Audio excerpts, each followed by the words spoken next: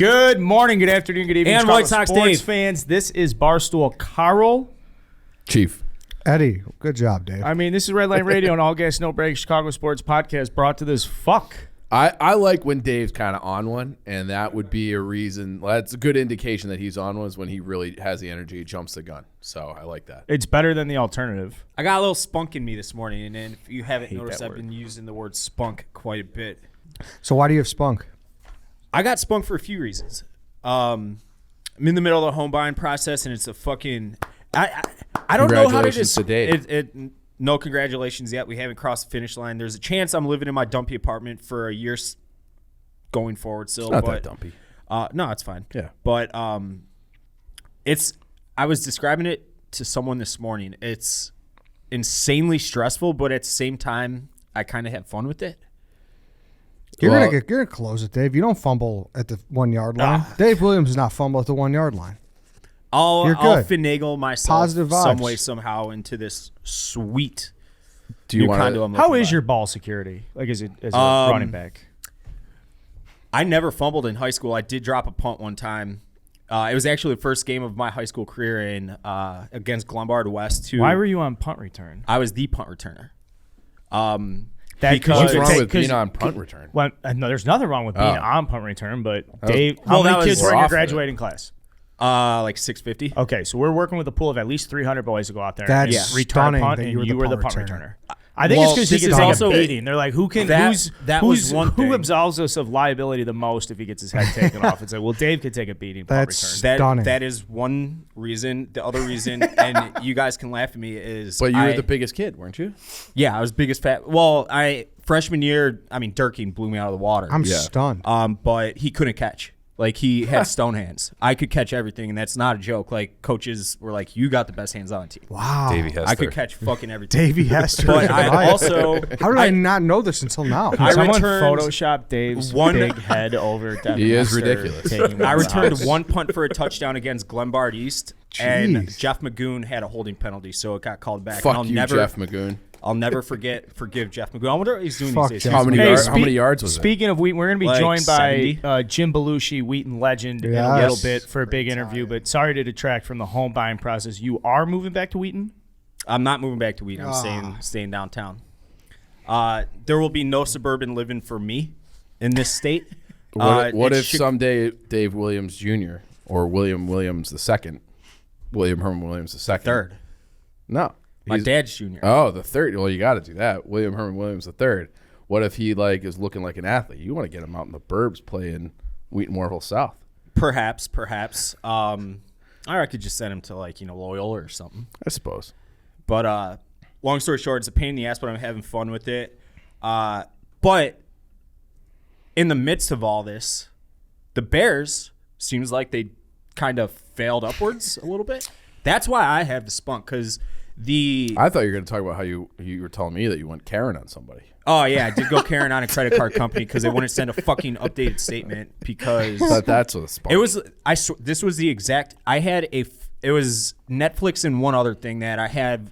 It was the very first credit card I ever had. It's got like a $500. That one has a $500 limit. I got it when I was like 20, but I never closed the account because that's bad. But Netflix auto debits from that account, and so I had a $15.94 balance on every ounce of my credit. And the difference between that $15.94 and zero on my credit score was the difference between me having like a 4.5% interest and like a 3.7%. Dang. It was insane. That is so crazy. I'm saving like thousands and thousands of dollars with once this $0 charge is proven to the credit bureau. And I've been on the phone for the last fucking week trying to get this updated statement faxed over to my loan officer so it can prove that I don't have 1 ounce of credit debt. And it's been a pain in the ass. But the whole, looking at new homes, this might be where I'm at for the next 5+ years. It's kind of exciting. It's kind of exciting. Yeah. So, yeah. Well, good for you, Dave. But Bears. Congratulations. That's what I really want to talk about. Yeah, where's Ryan Poles moving to? Lake Forest. McCaskey's pool house. You don't think he's Mundelein? Mundeleин's a dump. Oh, okay. Whoa.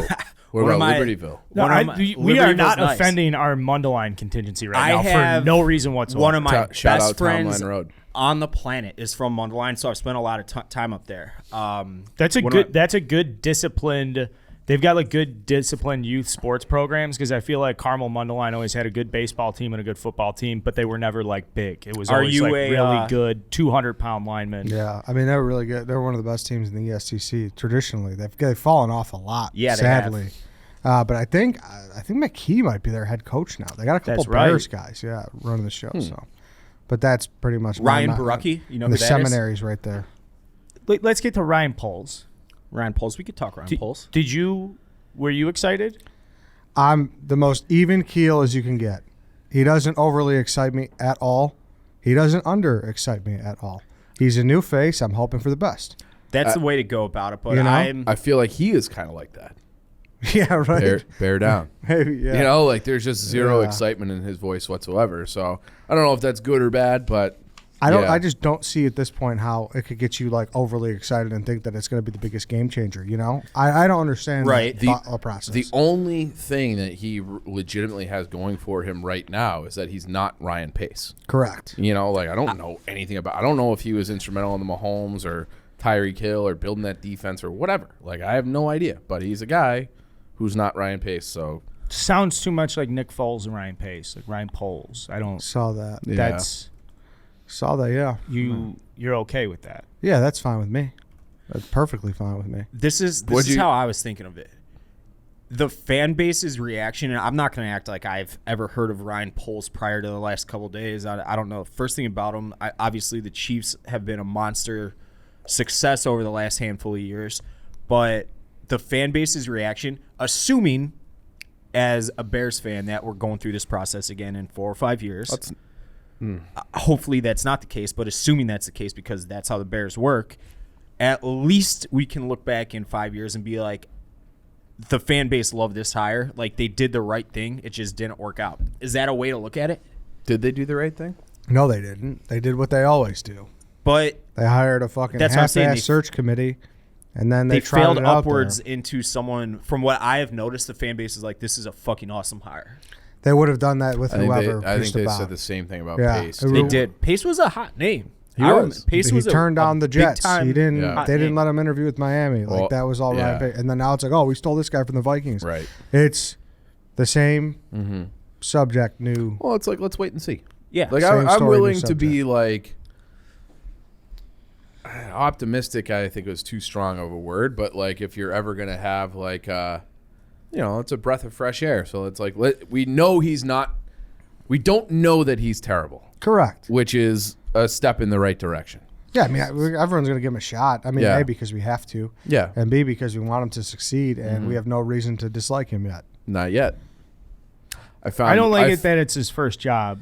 Or his first GM job. I don't like that we have no draft picks. I don't like that there's kind of this, you have to go in and put your touch on this thing, and this is the first time he's a GM. Yeah. What and do you- No structure is insane. Like, yeah, you're running the whole show. You don't have a director of like you don't have like But like, couldn't he hire that? Couldn't he structure? head of football ops, I guess. Like I'm someone ahead of him. Like, Yeah. that's like what this organization desperately needs, and I know that's not. We're beating a dead horse with Yeah. saying that, but it's Well, true. now that there's this piece in place, it sounds like they're going to go older coach, or it seems like there's a rumor we've got this younger GM, so now there's room to go older head coach and pair them up together. I hate that line of thinking. I hate that. I've seen that.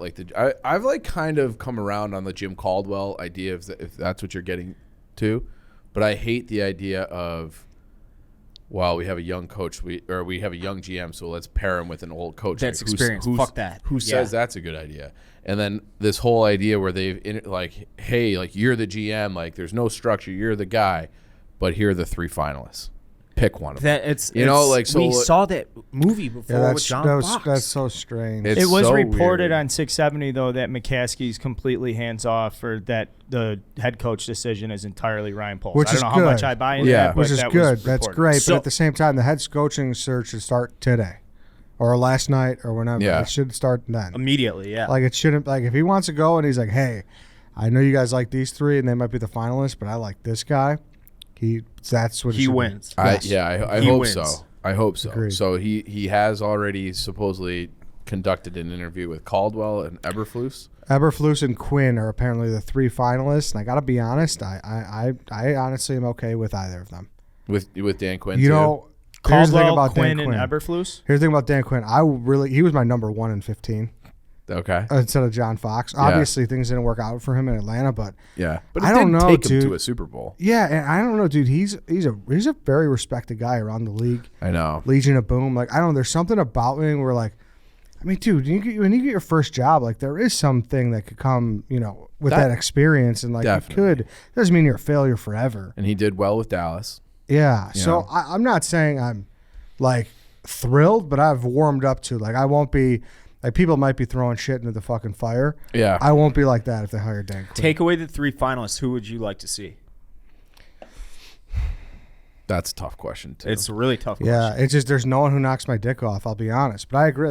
Caldwell? Not Dable? I think not even, dude. I know I saw you tweeting about him a lot after that game, but it's because they have the same kind of beard. Yeah, not even. Yeah. I mean, that guy reeks Chicago Bears coach. Yeah, I'm just out on like propping these guys up. Who it's like, dude, did you watch Josh Allen play? I mean, at some level, you're like, you literally have the absolute best guy on the field. That's sure, but some of the plays Josh Allen's making that puts up 36 points on the board is like, there's nobody who can take credit for that. No, that's Josh Allen. Yeah, not anti-Dable, but I'm just not like we have to get him. Yes. Yeah. Not at all. I would be interested in because Poles is a Boston College guy. Flores is a Boston College guy. Maybe you pair those two together, and like that's like you're like, hey, we got our two guys that have some level of history. Do you have any? Do you make anything out of? At least I'll say that I find it interesting that Poles has been in Kansas City since 2009. He's reported to 3 different GMs. So it's not like he's only learned one thing from one guy the whole time. He had Scott Pioli, Dorsey, and Veach. Yeah. So that's is that valuable? I don't know. I think that probably makes me feel a little bit more comfortable that all 3 of those guys thought he was good enough to retain, and then you can learn something. So it's almost like you're in 3 organizations even though you're only in 1. From what I've heard, is he rose up the ranks very fast, but it wasn't too long ago that he was like the new guy, like. Mm-hmm. Reshuffling the chairs in the suite. You know what I mean? Like, so it's going to be interesting. A lot of responsibility. It's not to say you can't do it, but I'm also Eberflus. I guess I'd probably go with him. Why is that? I've heard that this guy's just he'll get back. What I was told, he'll get back to the Bears being like the Lovie Smith defense.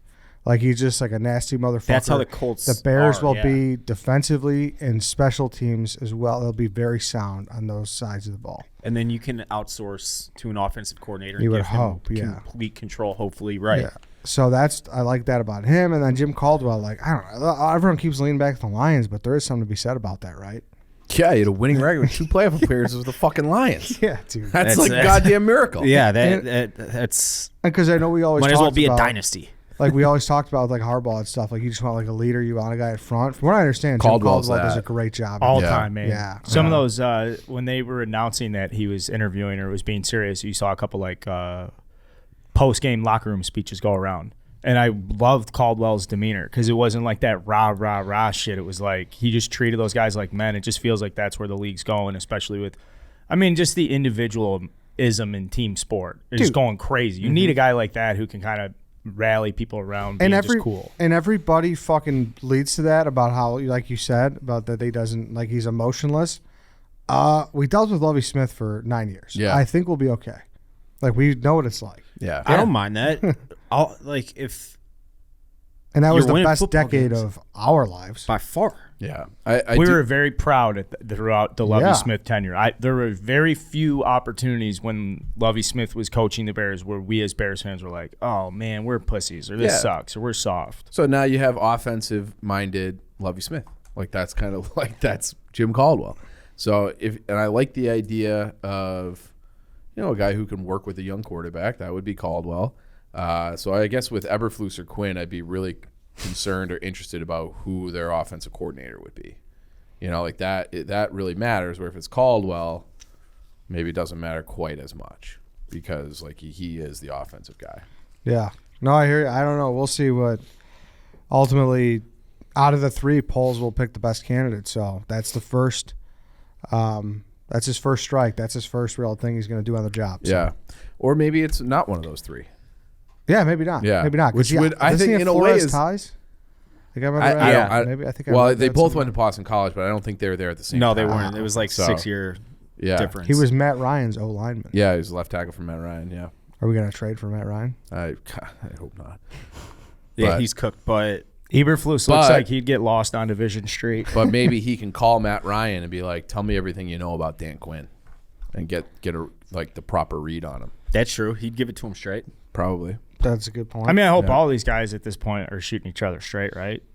Well, I mean, if you're, there's I think such a boys club though, Yeah. where it's like that's the thing where you can't read like, let me tell you something about Ryan Poles. He like you can never really, Right. you never know what to believe because it's a lot of people is just looking out, fucking writing puff tweets, I should say.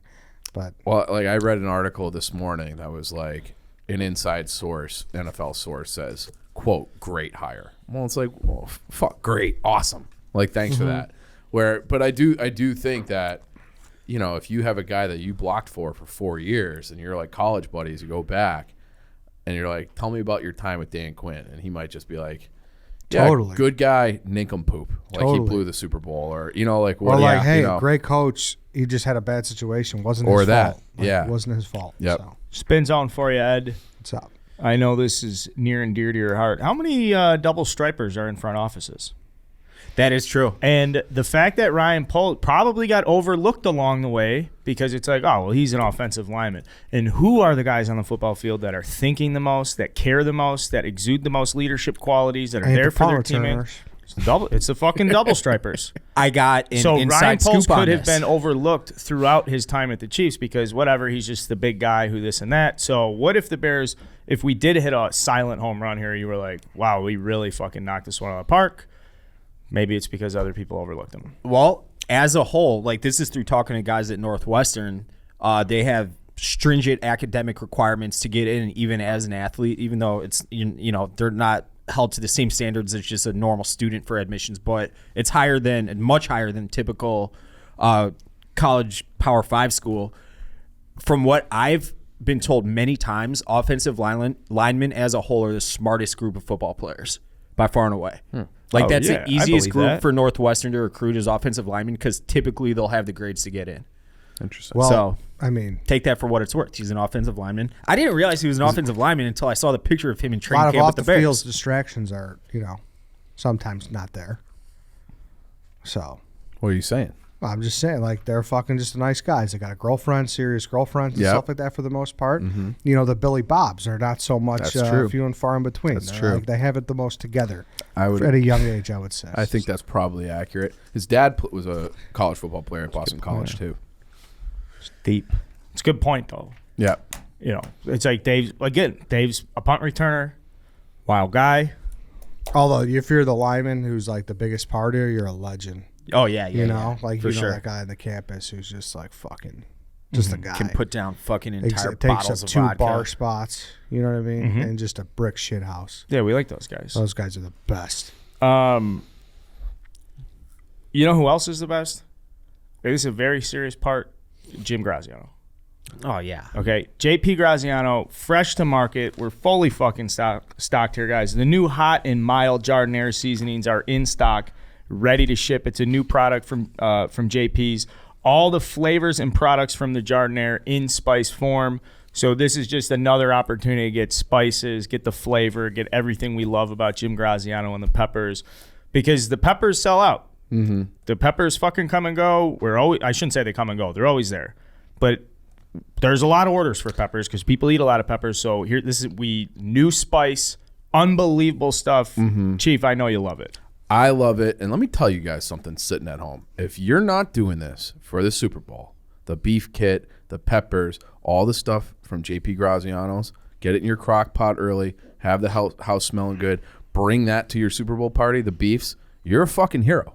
Like, no one wants to have, everybody's done buffalo chicken dip. Yeah. Be different. Do something different. Do something Stick that out. everybody will love. This is it. This is it. Get all the supplies you need to be the Super Bowl hero at JP Graziano's. TasteRealChicago.com. But Or you what- could go to the store and get it.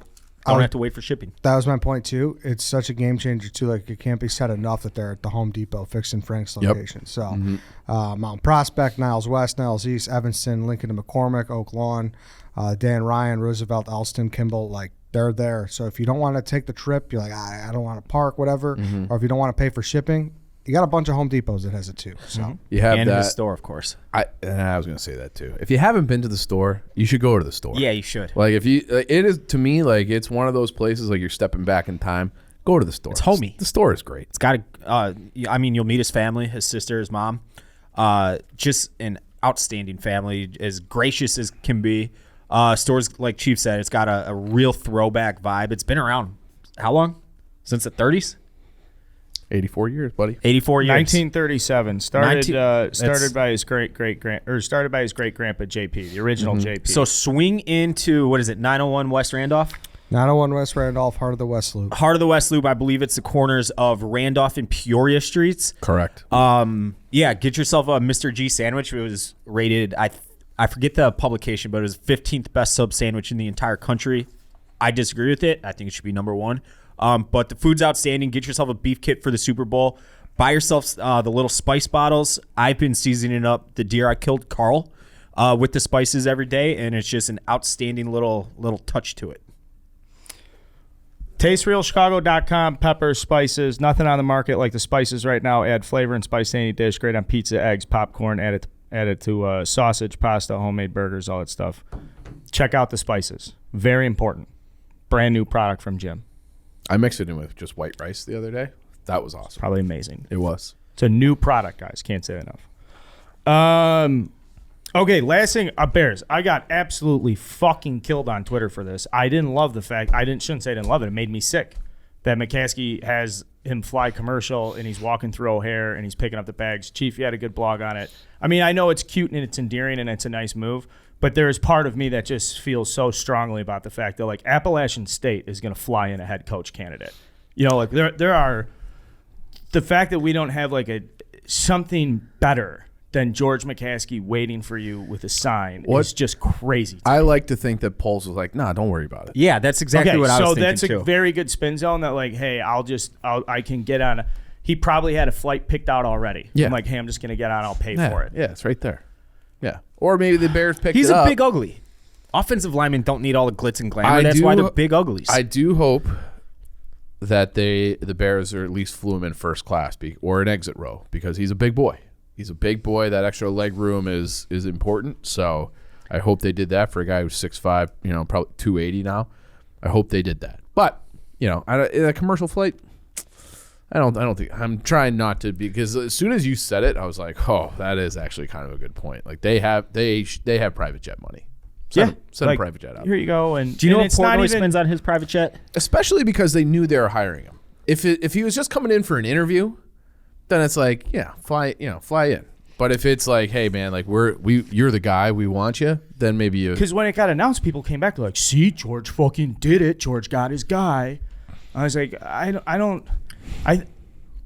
it's not like he was interviewing him to be like the ball boy. Right. I mean, we're talking about the GM of the Bears who just a couple weeks ago, this entire city was laughing him off the press conference, being like, that's one of the most embarrassing press conferences any leader from any sports team has ever hosted in Chicago. Do you think the pickup was embarrassing? Because I think it was a little embarrassing too. I think it was funny. I mean, but it wasn't intentionally Did funny. you see the zoomed-in picture of the sign he was holding that had the name of Ryan Poles' high school in horrible handwriting? It wasn't like somebody from the marketing department was like, here you go, George. And I mean, it was really as if George McCaskey was like, I'll drive over and pick you up. Don't worry about it.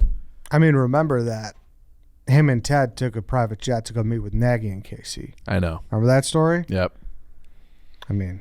So that's one of those things where it's like, I really do think the Bears are they're so reactionary where it's like, hey, we did this wrong. We did it the private jet last time and that fucking blew up in our face. So you know what? We're doing everything the opposite. It doesn't matter. Like I don't. You like think it's a conscious decision? I kind of think that they're just like, you don't? No. You don't think that they vacillate? No, I think it's like, head coach George and Ted, we're taking the jet because we don't want to fly commercial. Another guy, yeah, we'll fucking toss him on a plane. Maybe not for the plane. That's what I think that is. I mean, yes, What? maybe not for the plane specifically, but I do think they're like, well, we hired this offensive genius in Trestman, so now we're going the opposite way with Fox. Well, the Fox thing, the retread defensive guy didn't work out, so now we're going to go back to the offensive genius. Oh, and that didn't work out, so now we're going to go back and get Dan Quinn or Caldwell or Eberflus. Like it's like they're they're consistently like chasing it, and they always just seem to land on the wrong guy. And I think that like type of thinking might permeate its way into decisions about planes too. Could. Maybe. I also don't like George walking around the airport alone. That's just like you're the only like somebody in the baggage have claim. a little class. He picked up his bags. And it is Carried his relatable too. I mean, it's nice because it's like, oh yeah, my father-in-law picks me up from the airport, and that's always nice. It's nice when your brother, whatever, like. But it's the owner. It's the Chicago Bears. How much do you think would it sell for? $10 billion on the open market tomorrow? Close. Up that way. Billions and billions. So I said my piece. I got absolutely annihilated by Bears Twitter though. Like the faction of Bears Twitter that we don't reach because Barstool or whatever. I was just getting it from everybody. In the end, this is like Chief said it best. Like we're blowing this out of proportion. I thought it might have been like George kind of going intentionally trying to get spotted because he was wearing a fucking Bears like leather jacket and a Bears Corona mask. It's like you are trying to be spotted because everybody in Chicago knows your face. You're in one of the busiest airports in the world. All of the scoops from every sport are bred at the airport fucking baggage pickup. You're trying to get spotted. Yeah, like this is a big old fucking Trojan horse, except they hired him. It really is pretty unnecessary. The mask. The mask is what did for it. him to just for him The whole thing. Yeah. Like, dude, just like, all right, I'll meet you at the facility, Ryan. Yeah, we'll send a black car for you. But like I said, to me, it's always a nice move to pick someone up from the airport. We've talked about this. Like, going in is regular crazy. person. Like I'll drive whoever to the airport. I've driven Tom. Yep. How many times?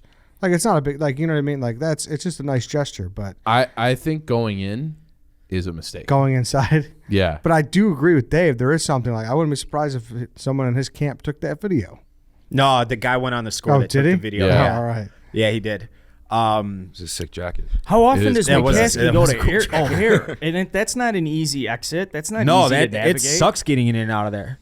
Route 190 is tough. And It's if the you're worst. interviewing, I saw this is a great comment. Like if you were interviewing, I think this was on your blog. I It was don't like if remember what I you're wrote. interviewing with, it was a comment on your blog. Oh. Sorry, no offense. And the guy said, "What about you're interviewing and the guy you're interviewing with, like you get off the plane, you're supposed to interview tomorrow, and the guy you're interviewing with is just like waiting for you, like hi, Yeah. interview starts right then." Like Yeah. Ryan pulls off the commercial, out of the middle seat. See, I think they had already made up their mind. Like Okay. that wasn't an interview. I agree Clearly. with that. Clearly. I agree. I don't know. Yeah. I think we're looking too much into it, but Of course. There Well, is you know, like- it's almost February. wrong There's with that. nothing to talk about. Good luck to So- him. And any smoke on Sean Payton before we get off Bears? I know he's stepping away. Is that give enough like light for your? I'd love it. I would love it. He would be the guy, but I doubt it. It's not going to happen, yeah. Maybe next year. That would be the one guy that I would actually be excited about. Yeah, Yes, yeah, for sure. yes. Yes. Definitely. 1,000%. Stephen Shea, I saw he had a blog in the drafts this morning saying he's the most overrated coach in history. It's I like, refuse to click on that. I won't click Do on you know it either. why? Did you see his comparison? I refuse to click on it. He's damn near identical to McCarthy. Like damn near identical. One Super Bowl, Yes. conference titles, Like same amount of like Drew Brees and Rodgers. yeah, exactly. They had I'm blanking out, sorry. But they had the same amount of two playoff win years, you know, so it was like scary similar. But like you know what you're getting out of the Saints we're getting out of the Saints almost every single year with under Sean Payton. And obviously they had the Hall of Fame quarterback, which we hope I'm just going to read it because it's actually pretty interesting. Okay. So both coached for 15 seasons, Mike McCarthy and Sean Payton. Sean Payton 152 and 89. Mike McCarthy 143 and 92 and 2. So 631 winning I'm sorry. percentage. Could you repeat those the win losses? 152 and 89 Sean Payton. 143, 92 and 2 for Mike McCarthy. 10 winning seasons apiece. 9-8 record in the playoffs for Sean Payton.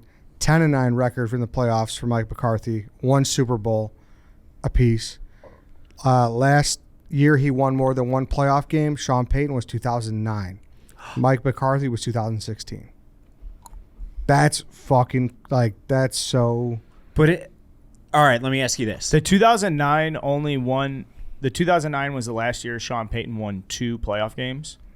Yeah. Should discredit him from like greatest coach conversation. They got or, fucked like, in 18. They won against the 18. Vikings. It's the Rams. Yeah, Or and don't get Rams. me wrong. I still think Sean Payton's a far superior coach than Mike McCarthy. Yeah. But I was thinking a different play. Never mind. If you guys haven't watched, tune into Team Chicago on trivia. That was exactly how we do it. Yeah. But let me ask you guys this. How many times looking back over Sean Payton's tenure over the last 15 seasons have you been like, oh, man, he really fucked up that play call? Or like it was like Never. the reason you never did. Usually the onus of winning and losing is on the players' backs with Sean Payton, I should say. And if you don't have the horses, a coach can only do so well for the most part. And I can't think of one instance in any of those playoff losses where it's like, holy shit, Sean Payton fucked up. Mike McCarthy, opposite of that. Like, fucking, he stunk in the playoffs. I never saw that out of Payton. I would be over the moon with the Sean Payton hire. Obviously, it's probably a 1% of 1% chance that it happens. But, like, to compare Sean Payton and Mike McCarthy, numbers don't tell the whole story. Eventually, the players have to nut up and be like, all right, we're winning in spite of anybody who's calling plays, in spite of the defensive coordinator, special, whatever. So that's how I take it. I will say that Sean Payton obviously had Drew Brees, but he's made Taysom Hill look very good. Yeah. He's made Jameis was looking very good before he got hurt. Absolutely. Your boy? Who? What's his face? Louisville quarterback that we always argue about. Teddy Bridgewater. Teddy Bridgewater looked good there. I mean, he got a fucking he's still in the league because of that. he got a big contract because of that. Exactly. does Bountygate and his suspension make you pause, Dave? Oh, no, fuck that. I like that. I think we should add that to all sports. I want fucking bounties on every single player's head on every single team. And you're okay with the Kevin James casting? No, that I'm not okay with. I mean, Sean Payton's one of the great fantasy head coaches. Like, if you had a player and you know Sean Payton was his head coach, like just taking guys from the Deuce Saints. McAllister. Right. Mark Ingram out of nowhere. Yep. Obviously, Alvin Kamara. Yeah. I will say this. Fuck Jeff D. Lowe, because we have not received our trophy from the fantasy championship that I won 2 years ago. I would set those lineups 2 minutes before kickoff on New Jeff, Sunday. don't. It's statute of limitations is passed. No, Don't worry about I'll never let this one go. it. Hey, I'll never let it go. why don't you let it go by trimming up your balls, Dave? I got a good look at your balls the other day, and they seemed a little hairy. What's a great product for you to use? Yeah, I mean, it's winter, so you're not really going out. You need that winter coat, but eventually that winter coat gets a little unkempt, and there's no other product to use other than Manscaped for that. Yeah, what do you like more? Is it the safeguard protection? Is it the LED light that helps you navigate your crevices? So we all know I like to take shower naps, so Crevices. a lot of times I'm in the shower and it's just pitch black. And that LED light when I'm, trimming the hedges, fucking everything I need. All the light I need to get every nook and cranny on my ball sack. Can you say ball sack less? Ball sack. Just something about Which one do you like more? Scrotum? Say scrotum. Scrotum's a disgusting that's word. a bad word too. One time my grandma slapped me when I was like 10 years old because I said nutsack. Just backhanded me. Chief, you're the romantic guy. Why are clean balls on Valentine's Day important? I mean, if there's ever a day where you're going to put in all the effort, it's that day. So if you have to, trim up your ball sack and get them looking nice, presentable for Valentine's Day sex, this is the way to do it. That's the way to do it. Go get the Lawnmower 4.0. It's the electric trimmer designed to trim hair and loose skin. And get the trimmer advanced skin safe. Technology reduces cuts and nicks on your delicate balls. It even has a 4000K LED spotlight so you can shave anywhere your heart desires. Did I mention that it's also waterproof? How about that? You can go camping and just fucking trim the hedges and the hedges. The peace of mind is shaving your balls Was that in the was wild. that a double entendre? You like that? That was pretty good. I actually did enjoy that one. 4000K LED. That's like a fucking jumbotron. Wait. Did you say 4K or 4000K? It's That's 4000K. 4,000. I don't even know 4,000. what that means. Which I guess It is sounds 4K, huge, though. But the way they worded it on the ads is like that. So. Will you trim your balls in 4K? Like highest quality? Sure. That's like fucking virtual reality. Just get in there. Just They're also proposing that February 13th is National Shave Your Balls Day. So you guys in? I'll shave my balls. Yeah. All right, so let's do it. How do you shave your balls, Ed? Just use the Manscaped, and I let the rest take it. But no, I'm talking to you to like give me the the details. He likes to hold the flap with his left. He gets in there with the right. Yep, put it on top. Let it hang on the sink. Just just pretty standard stuff. That's a good. Yeah, that's like a third little pedestal for your nuts. Do you like when your balls hang when you trim them, or do you want to keep them a little more? I mean, throughout my lifetime, I've always been terrified of nicking my nutsack, and it's no good. It's no good. So I'm sitting there like with like a fucking vice grip, making sure that there's no loose skin. You don't got to worry about that with Manscaped. Mm-hmm. You're a big corner of the bed guy, right, Dave? Huge. Plopping in the corner. Yeah. The nutsack. This package also includes the Weed Whacker nose and ear hair trimmer to whack the worst of your weeds. Manscaped even threw in 2 free gifts. Their shed travel bag and anti-chafing boxer briefs to keep your boys stored comfortably. To complete the perfect package for your package are liquid formulations like the Crop Preserver Ball Deodorant and Crop Reviver Ball Toner. The Crop Preserver is huge, I should note. Because if you're going out and you're drinking all day, and you got one that should be right next to the Roman, it should be right next to everything you keep in your wallet. Get 20% off and free shipping with code REDLINE at manscaped.com. That's 20% off, free shipping at manscaped.com. Use code REDLINE. Gift his Cupid and arrow from Manscaped this Valentine's Day. No amount of quality pipe can overcome the stenchy waft of disgusting balls. That is the truth. Agree. Mm-hmm. So that is the truth. Amen to that, Carl. We have, speaking of hairy balls, we have a guess. I would assume at some point, I would imagine Jim Belushi has a good growth. He's Albanian, of Albanian descent. You know those Albanians are hairy as fuck. And he probably loves Manscaped products or products along those lines. He also loves marijuana. He loves does. marijuana. And bald eagles in his in his yard. This is an interview coming up here. Yeah. Guys. We got an interview with Jim Belushi. As you'll know, his brother, John Belushi of Animal House, Saturday Night Live, and Blues Brothers fame, is memorialized for eternity at my high school, Wheaton South. It was Wheaton Central when they were there, but it was really cool interviewing someone famous that is from my hometown. So without further ado, Jim Belushi. Whoosh. So, all right, we're in the interview portion of the show. We're joined by Wheaton native Jim Belushi. Jim, so I know you hopped on with Kevin and John a couple weeks ago or last week or whatever. So, we had a ball. Yeah. And what's cool is we're the Chicago guys. So we just want to let you know we are any and all Chicago stories, everything you got. Now's the time. Don't feel anything's too specific because we're excited to talk to you. Oh, man, thank you. I just left Chicago 2 days ago, actually. Oh, nice. What are you in for? You know what? I'm done with L.A.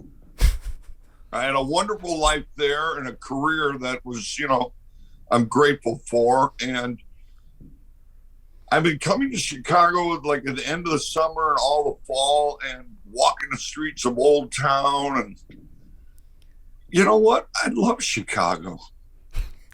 And I really found myself as a man in Chicago, as an artist.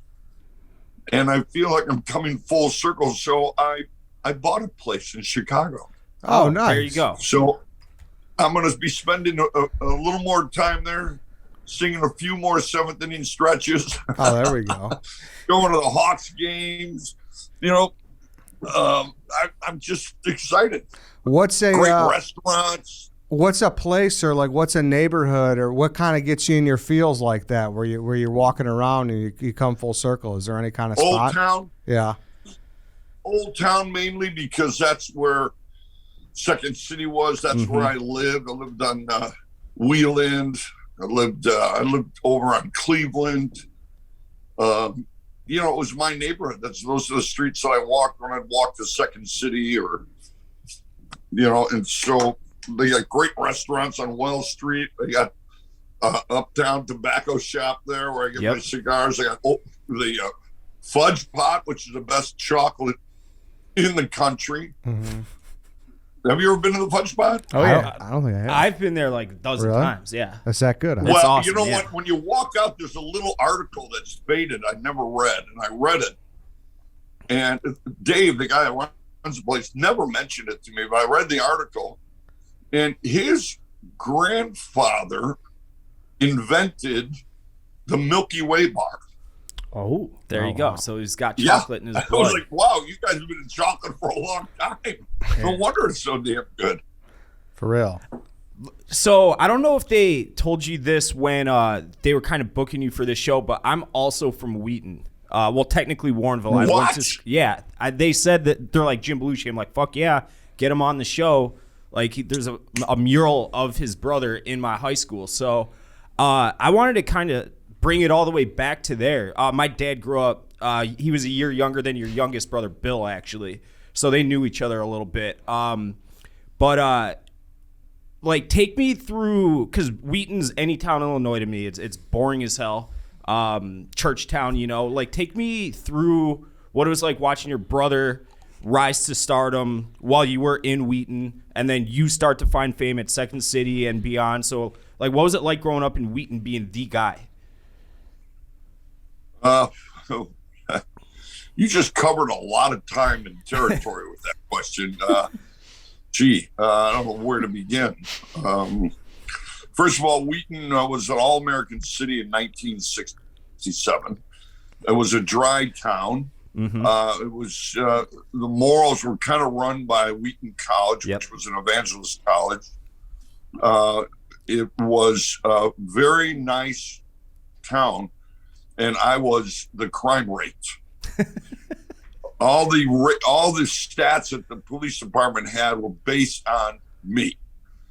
I got busted 6 times in 1 year. I mean, I was on probation from the ages of 13 to 17. I was a ward of the court. I used to deliver pizzas, and the cops would pull me over. I'm like, man, come on. I'm working. I'm delivering pizzas. I mean, I got busted playing Santa Claus one time. Man, they were tough on me, the Wheaton cops. Yeah, they you and me both. I had a few run-ins with them over the years, but yeah, like it's just weird to me, like how you said in the beginning of the show, how it's all come full circle. You bought a place back home, but like I said, your brother there's a mural of him in my high school. And the Belushi is synonymous. What high school? I went to Wheaton Warrenville South, which Wheaton Central turned into Wheaton Warrenville South in '92, I think it was. So same. I went to Hubble Middle School though, which was Wheaton, and now it's Mariano's, I think. So yeah, it's all come full circle. Belushi is synonymous with the town of Wheaton. It's like you guys, Edwin Hubble, Watergate scandal dude, Bob Woodward, and there you go. So, yeah, well, we don't talk about Bob Woodward. He's not an honorable man. I don't know enough about him, just that he's plastered all over the city. But, it's ironic that he's from Wheaton. It's not really a badge of honor to have him from Wheaton. Anyway, the thing about Wheaton was that it was a very religious town, a lot of churches, many churches as gas stations. And I was grateful for it because the Macy's who lived across the street from me were evangelists, and they used to take me to the Wheaton Free Church on Wednesday nights because they had this group called Pals and Pioneers where you'd get with other boys and we'd play these games and you'd win a candy bar, but you would also have little Bible circles and I just kind of tolerated those Bible study things just to get the candy bar. But I look back and now when I write and the way I look at things, and I realize that formed a lot of my sensibility. And I was always grateful, but I'm not an evangelist or anything, but it was, the Bible is writing, storytelling, beginning, middles, and ends, morality. So I like Wheaton for that, and I like Wheaton for the teachers that I had, like Les Shomas and Robert Greenberg, that focused my kind of bad boy troublemaker energy into theater. And then I went to the College New Page, which transformed me into a pro. Richard Holgate and Colley and all those wonderful professors. So I'm grateful for all of Wheaton and DuPage County. Yeah, so is White Sox Dave. I wouldn't move back there. I'm moving down to the city. Yeah. I don't get back there often. One thing I did want to ask you, did you ever make it to the other side of the tracks in Warrenville? We drove all those roads from Eola Road all the way to Yep. Eola Bridge over there by Aurora, Warrenville. I mean, we drove down those roads by McCormick Place. Not McCormick Cantigny. Was it called Cantigny? It's Cantini now. Yeah, Cantigny. We drove all around there. That's where we kind of did our bad boy stuff, driving down those roads. 2 questions off that. Did you ever find your way to Al's Pizza? It's off Winfield and Batavia Road. It's been there since the 50s. Oh, sure. I know Al's Pizza very well, yeah. What do you think of it? Tell the bowl people. Up there. There's Wheaton Bowl is up in that area. Like St. Charles Road. Yeah. Do you hang out at Northside Park a lot or no? That was my playground. I used to live over on the other side of Roosevelt on Elm Street, and I used to ride my bike all the way to Northside Park. That was where the pool was, and in the summertime, just lived in that pool. Then they got buses that would come to our grade school that would take you to Northside Park. I love Northside Park. I love that little emblem, that monument they had right in the middle there, the circle. And then there was the old pool to the left and then the new pool to the right. So I swam in both of those. I love Northside Park. Ice skating in the winter? Come on. That was an awesome place to skate. And then they had a little canal that kind of left that waterway. And that was fun to explore as a kid. We'd go down that canal, we'd find like frogs and stuff. I mean, I love Northside Park. Yeah, and you know what's funny, Jim, is obviously Dave here. He's from Wheaton. I went to SIU. I went to Southern. I know you went there too. Yeah, I went to Carbondale, sure. Yeah. I couldn't imagine what you did to that town, to be quite honest with you. You know what? I got to be honest with you. Once I left College New Page and went to Southern, I was a bit of an acting nerd. Oh, really? I was 100% focused on, I majored in speech, not theater, but I was a minor in theater and education. And I was in the Caliper stage there, the Reader's Theater stage, and I actually got employed to take care of it. That's how I paid my way. That's how I ate. So I was working that stage, working the big stage. We'd go to Jim's pubs and get pitchers of beer and stuff, but I didn't party down that street. I wasn't really a partier. I was really kind of a nerd. I worked really hard as an actor, and I've got a lot of my chops from Southern, especially from the Marion Kleinel in the speech department. I learned just a different angle at approaching material and performing through the speech department opposed to the theater department. Now, by the time I got to the Southern Illinois University, I had been involved with 40 productions. Oh, wow. From high school to junior college. So when I stepped foot there, I knew what I was doing. I got cast in all the big plays. I did the Reader's Theater. I started my first improv group. We played those bars. Nobody was listening, but we just kept doing it anyway. So I wasn't a party animal down there. I was a workaholic. The only disappointing thing in Carbondale was I couldn't get a date. So I used to hitchhike up to ISU in Northern to date.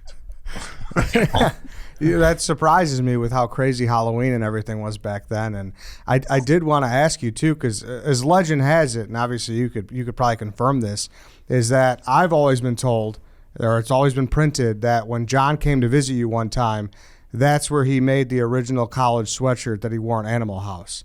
Is there any truth to that? I don't really know that story. I've heard that story. I don't know. I thought it was in Eugene when he was doing Animal House. But I've heard that story, but I can't confirm it. Mm-hmm. He never came to visit me at SIU. Oh, but he may have been there, when he was with Second City or whatever. I don't know that part of the story. Okay. But he didn't come and visit me. No. So how formidable then was that period when you went to Saturday Night Live in like the early mid 80s? You're coming out of Southern. It sounds like you're this really, you're this very maybe serious actor. You're taking yourself serious, your career very serious. You get to New York City, what, like 83? Yeah.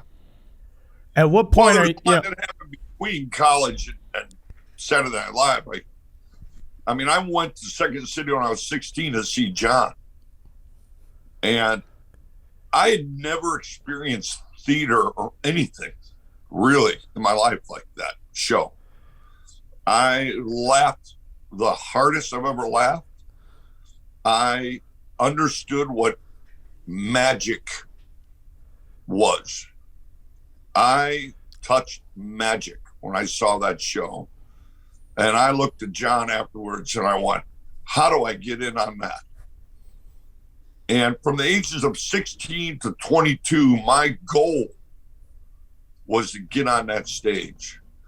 So I picked up Viola Spolin's book, Improvisation for the Theater, and I started improvising. I started little groups. We were terrible. But I would improvise, and I went and saw every Second City show, even after John left, 6, 7 times. I had all the scenes memorized. And as soon as I didn't even get out of college yet, I was student teaching in Lane, what is it called? Lane Tech? No, Hinsdale. Lions High School. And I couldn't even wait to graduate. And I went down to Second City and auditioned, and I got right in. So I was student teaching and in the Second City Touring Company at the same time.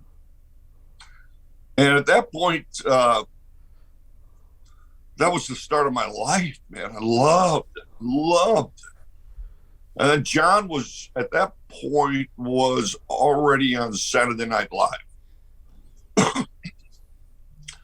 And then what happened, Gary Marshall came and saw the show, flew me out to Hollywood in 79, and I did a television series for Gary Marshall, 2 of them actually. And John was on the cover of Newsweek for Animal House. It was a glorious time.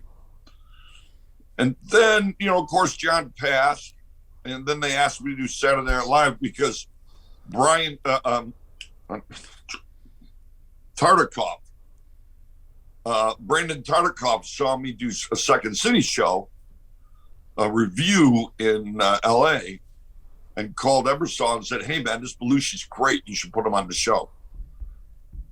So I got offered Saturday Night Live while I was doing True West at the Cherry Lane Theater in New York. And I'm always doing 2 things. I did the True West at Cherry Lane, and I was doing Saturday Night Live at the same time. So I got a lot of pressure not to do the Saturday Night Live, a lot of pressure. My manager, Penny Marshall, I mean, everybody told me not to do it, that I would get killed, right? Because John was, such a big star on that show. And I was like, what are you talking about? I'm a Second City actor. I'm a comic actor. I'm an actor. Every actor wants to be on Saturday Night Live. Why are you grouping me with John? I'm just an actor, man. Not as good as him. I mean, he's got his own thing. He was brilliant. But, I'm an actor. That's the dream, is to be on Saturday Night Live. No, man, I'm doing it. No, you're going to get killed. No, I didn't get killed at all.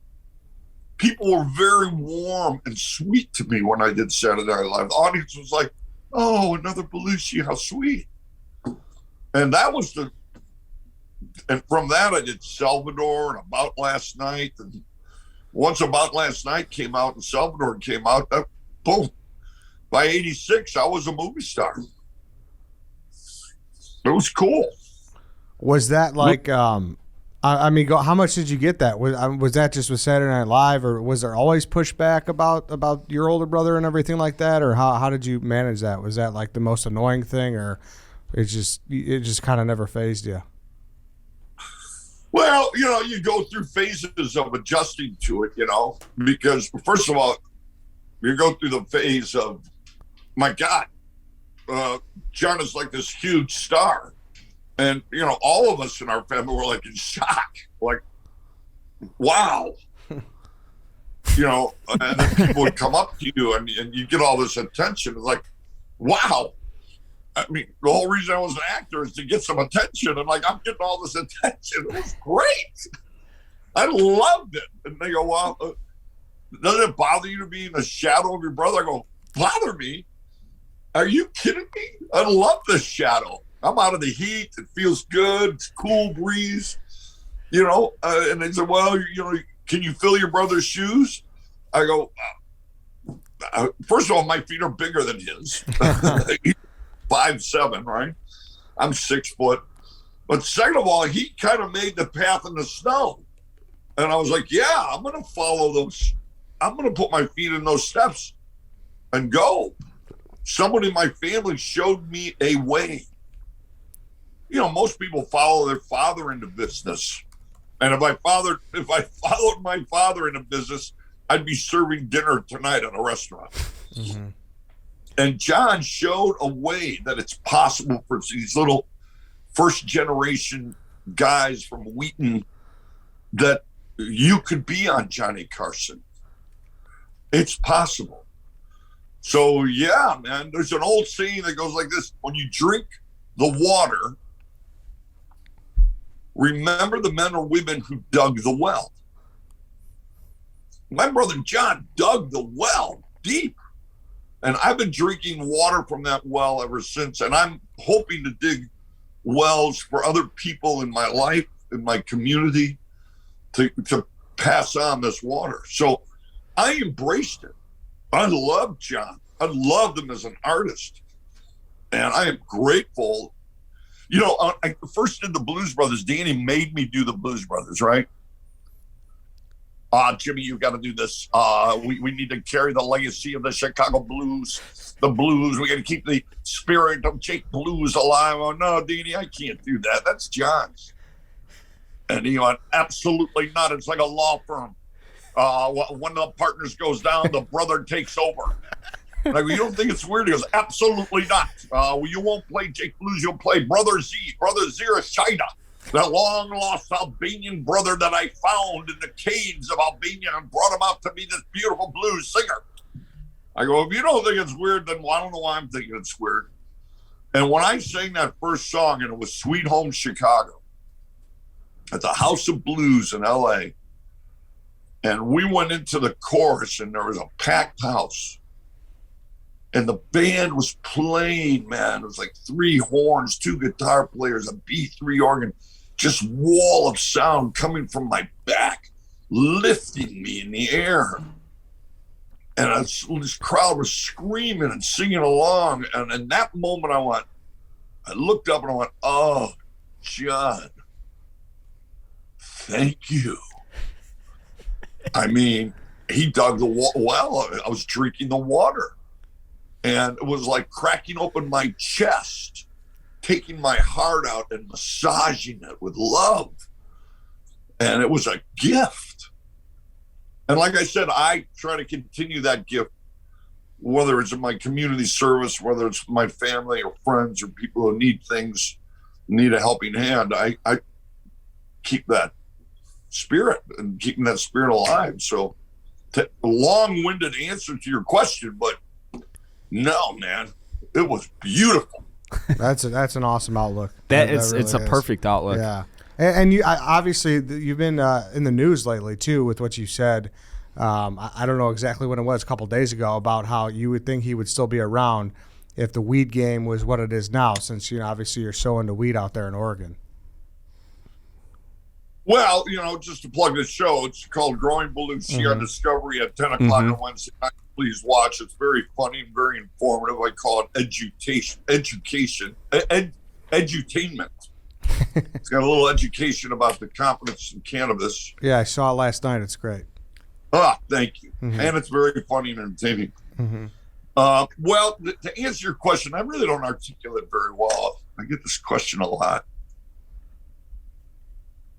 In that time in the 70s, it was a culture of drug use, and it was reflected on Saturday Night Live, and it was like you weren't hip if you weren't doing coke, by the way. I mean, Pablo Escobar really struck a chord here in the United States, and it became a hip thing. And pot was always around, and I think John did smoke pot. But I believe that from Wheaton, he was an all-star middle linebacker, all-state, all-conference. He had the most tackles in the high school. He was a tough son of a bitch. And when you got your bell rung back then, like, what's the matter, Belushi? You got your bell rung? Get back in there.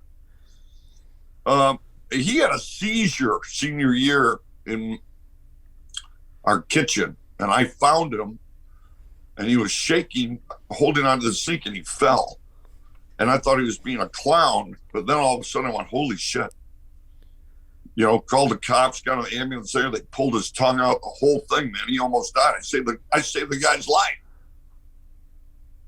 And, they did x-rays, they did spinal taps, and they couldn't figure out what it came from. Well, come on, man.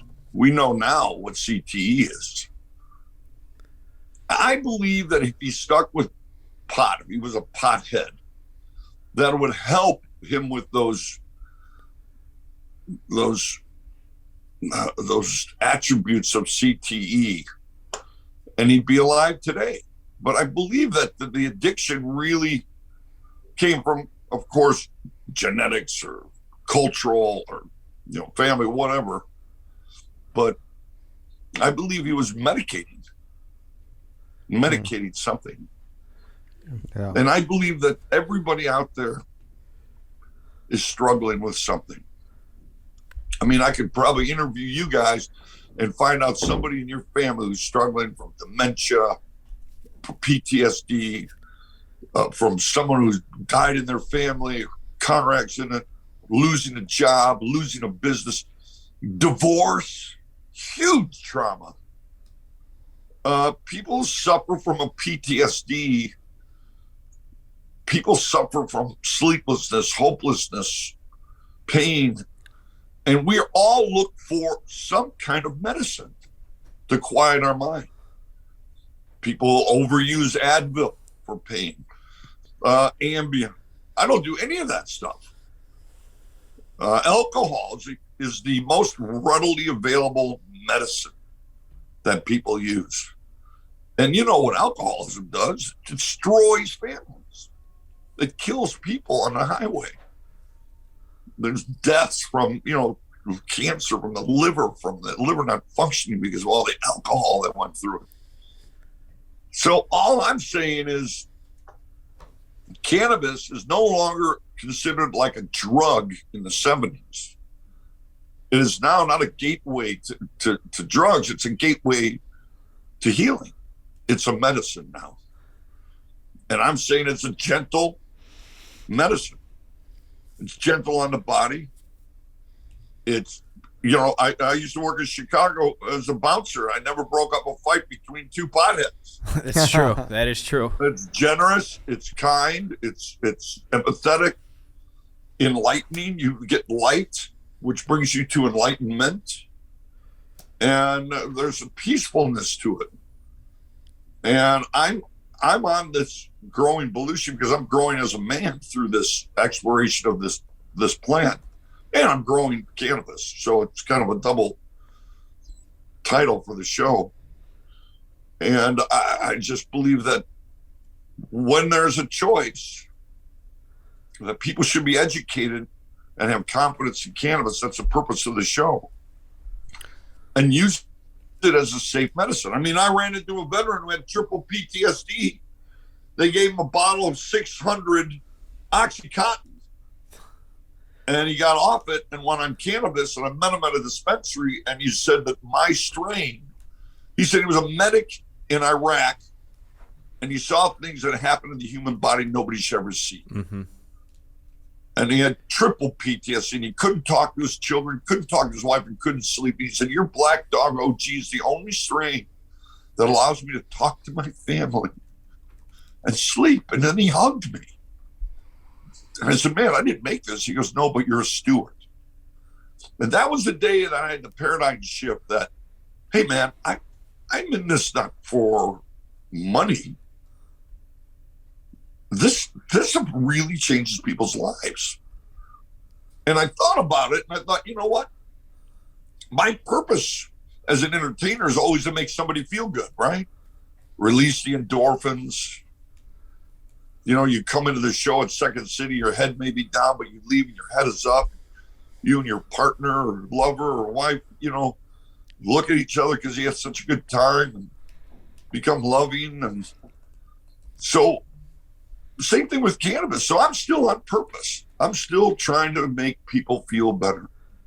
When's that lifestyle change come? I think you said you were like done with LA. Was this before or after, like where, or I guess maybe relative to according to Jim, like that guy you see every week, like did this start to happen before, after, during? What started happening? It seems like this evolution of you into like this enlightened guy who wants to get into marijuana. Like, was this a long-term plan for you, or is this something like? The enlightenment started on the day that John died. I mean, when there is a tragedy in your family like that, people out there that have lost somebody in their family to whether it's illness, severe illness, car accidents, drug overdoses, that is like throwing a hand grenade into a family, and shrapnel hits everybody in different places. And that is the beginning of your journey into enlightenment. That's the Joseph Campbell's hero's journey. So I've always been on the journey. And also as an actor, you know, when you play characters, you study the psychology of characters, relationships. So I've always been on a journey of, you know, learning more about myself and the world around me and people and relationships that I bring to my work. I mean, even in Growing Belushi, I started doing this thing and I said, well, let's film it. So I'm always bringing my work in with my life. I forgot the question I was getting. It's all we're getting philosophical, and I appreciate the depth in which we're coming at this. Yeah, the journey kicked in. It started there.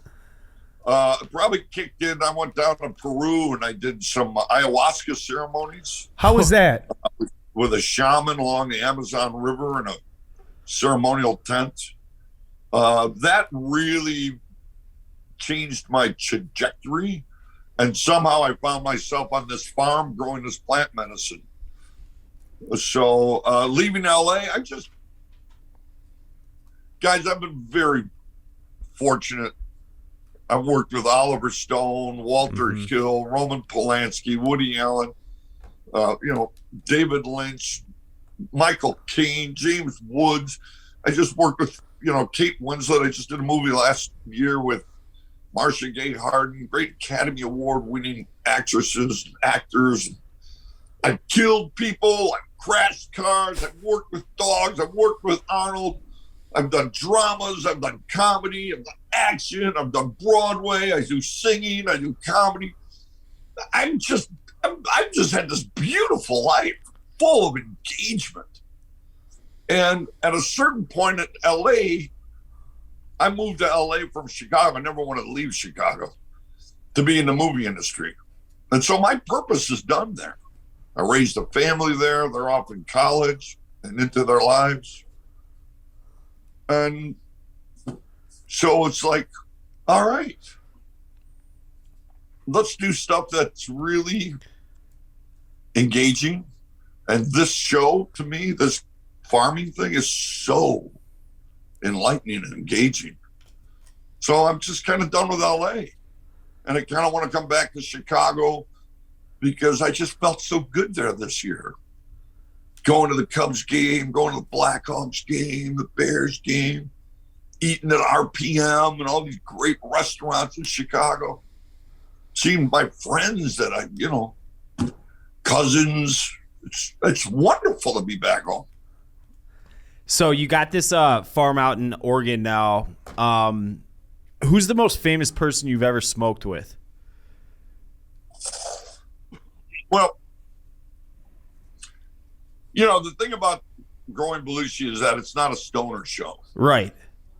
Nobody's getting high in the show. It's not promoting, that kind of character that a lot of other TV shows think that's where the comedy is.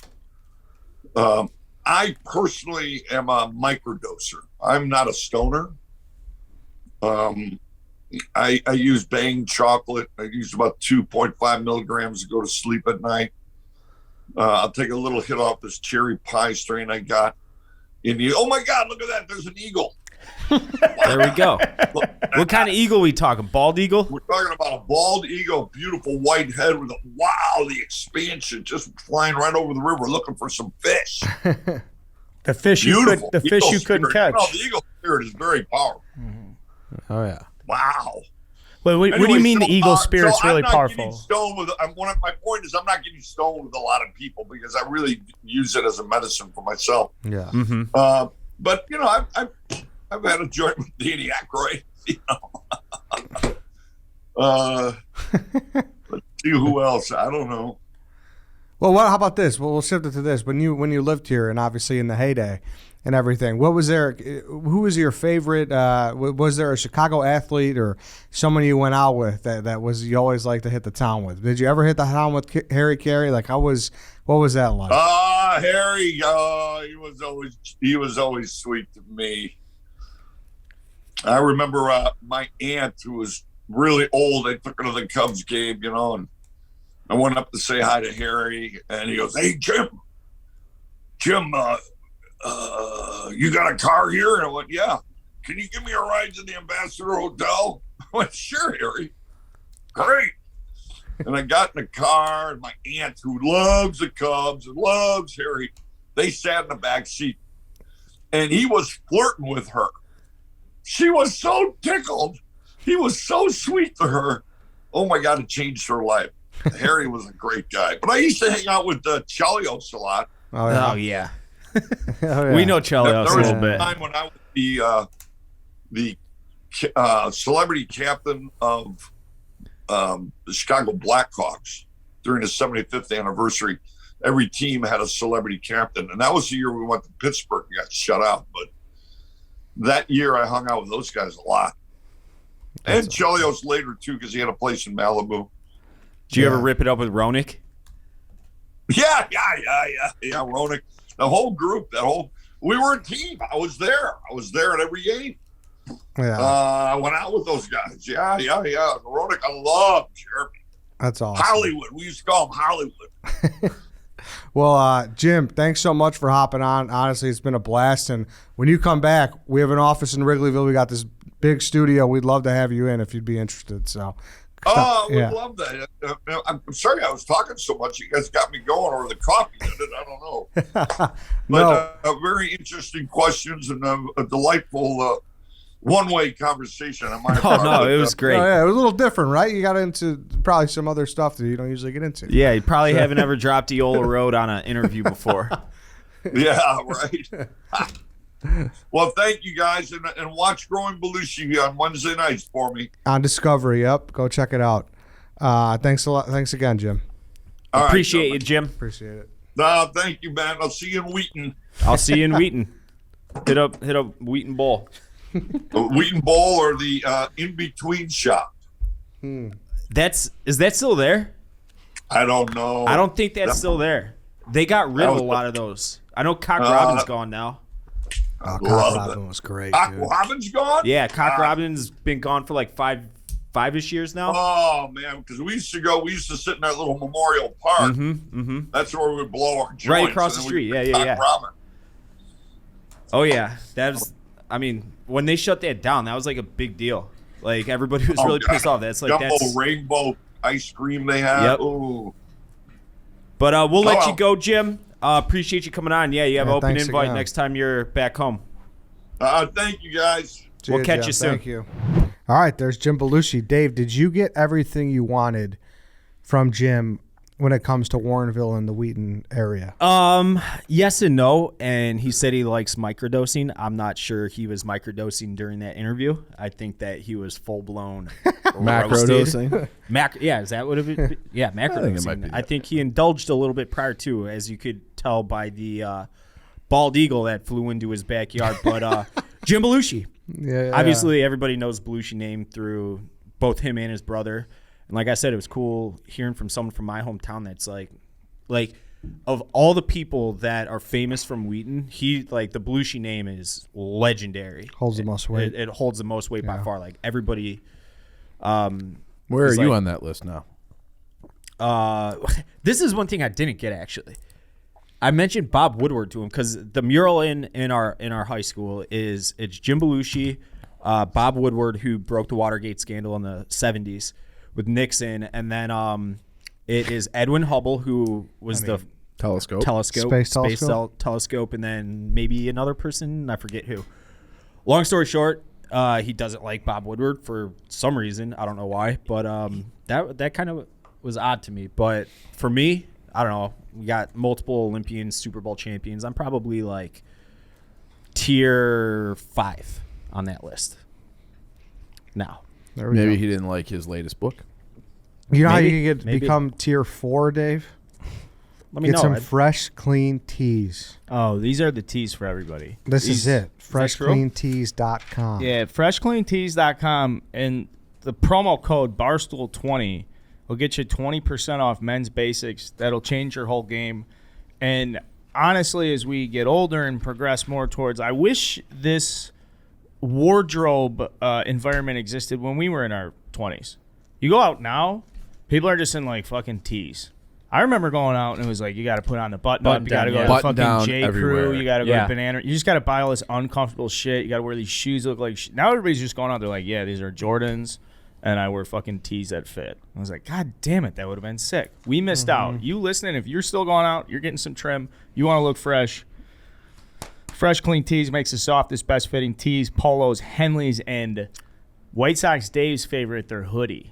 Dude, that's another thing. It's like crazy how like hoodies out is like so accepted now. Like that's like you're like a loser. Cool. Like If you wore a hoodie out before, it's like, oh, this guy's from the Northwest Side, or this guy's from Mount It's a Greenwood. scumbag move. Yeah.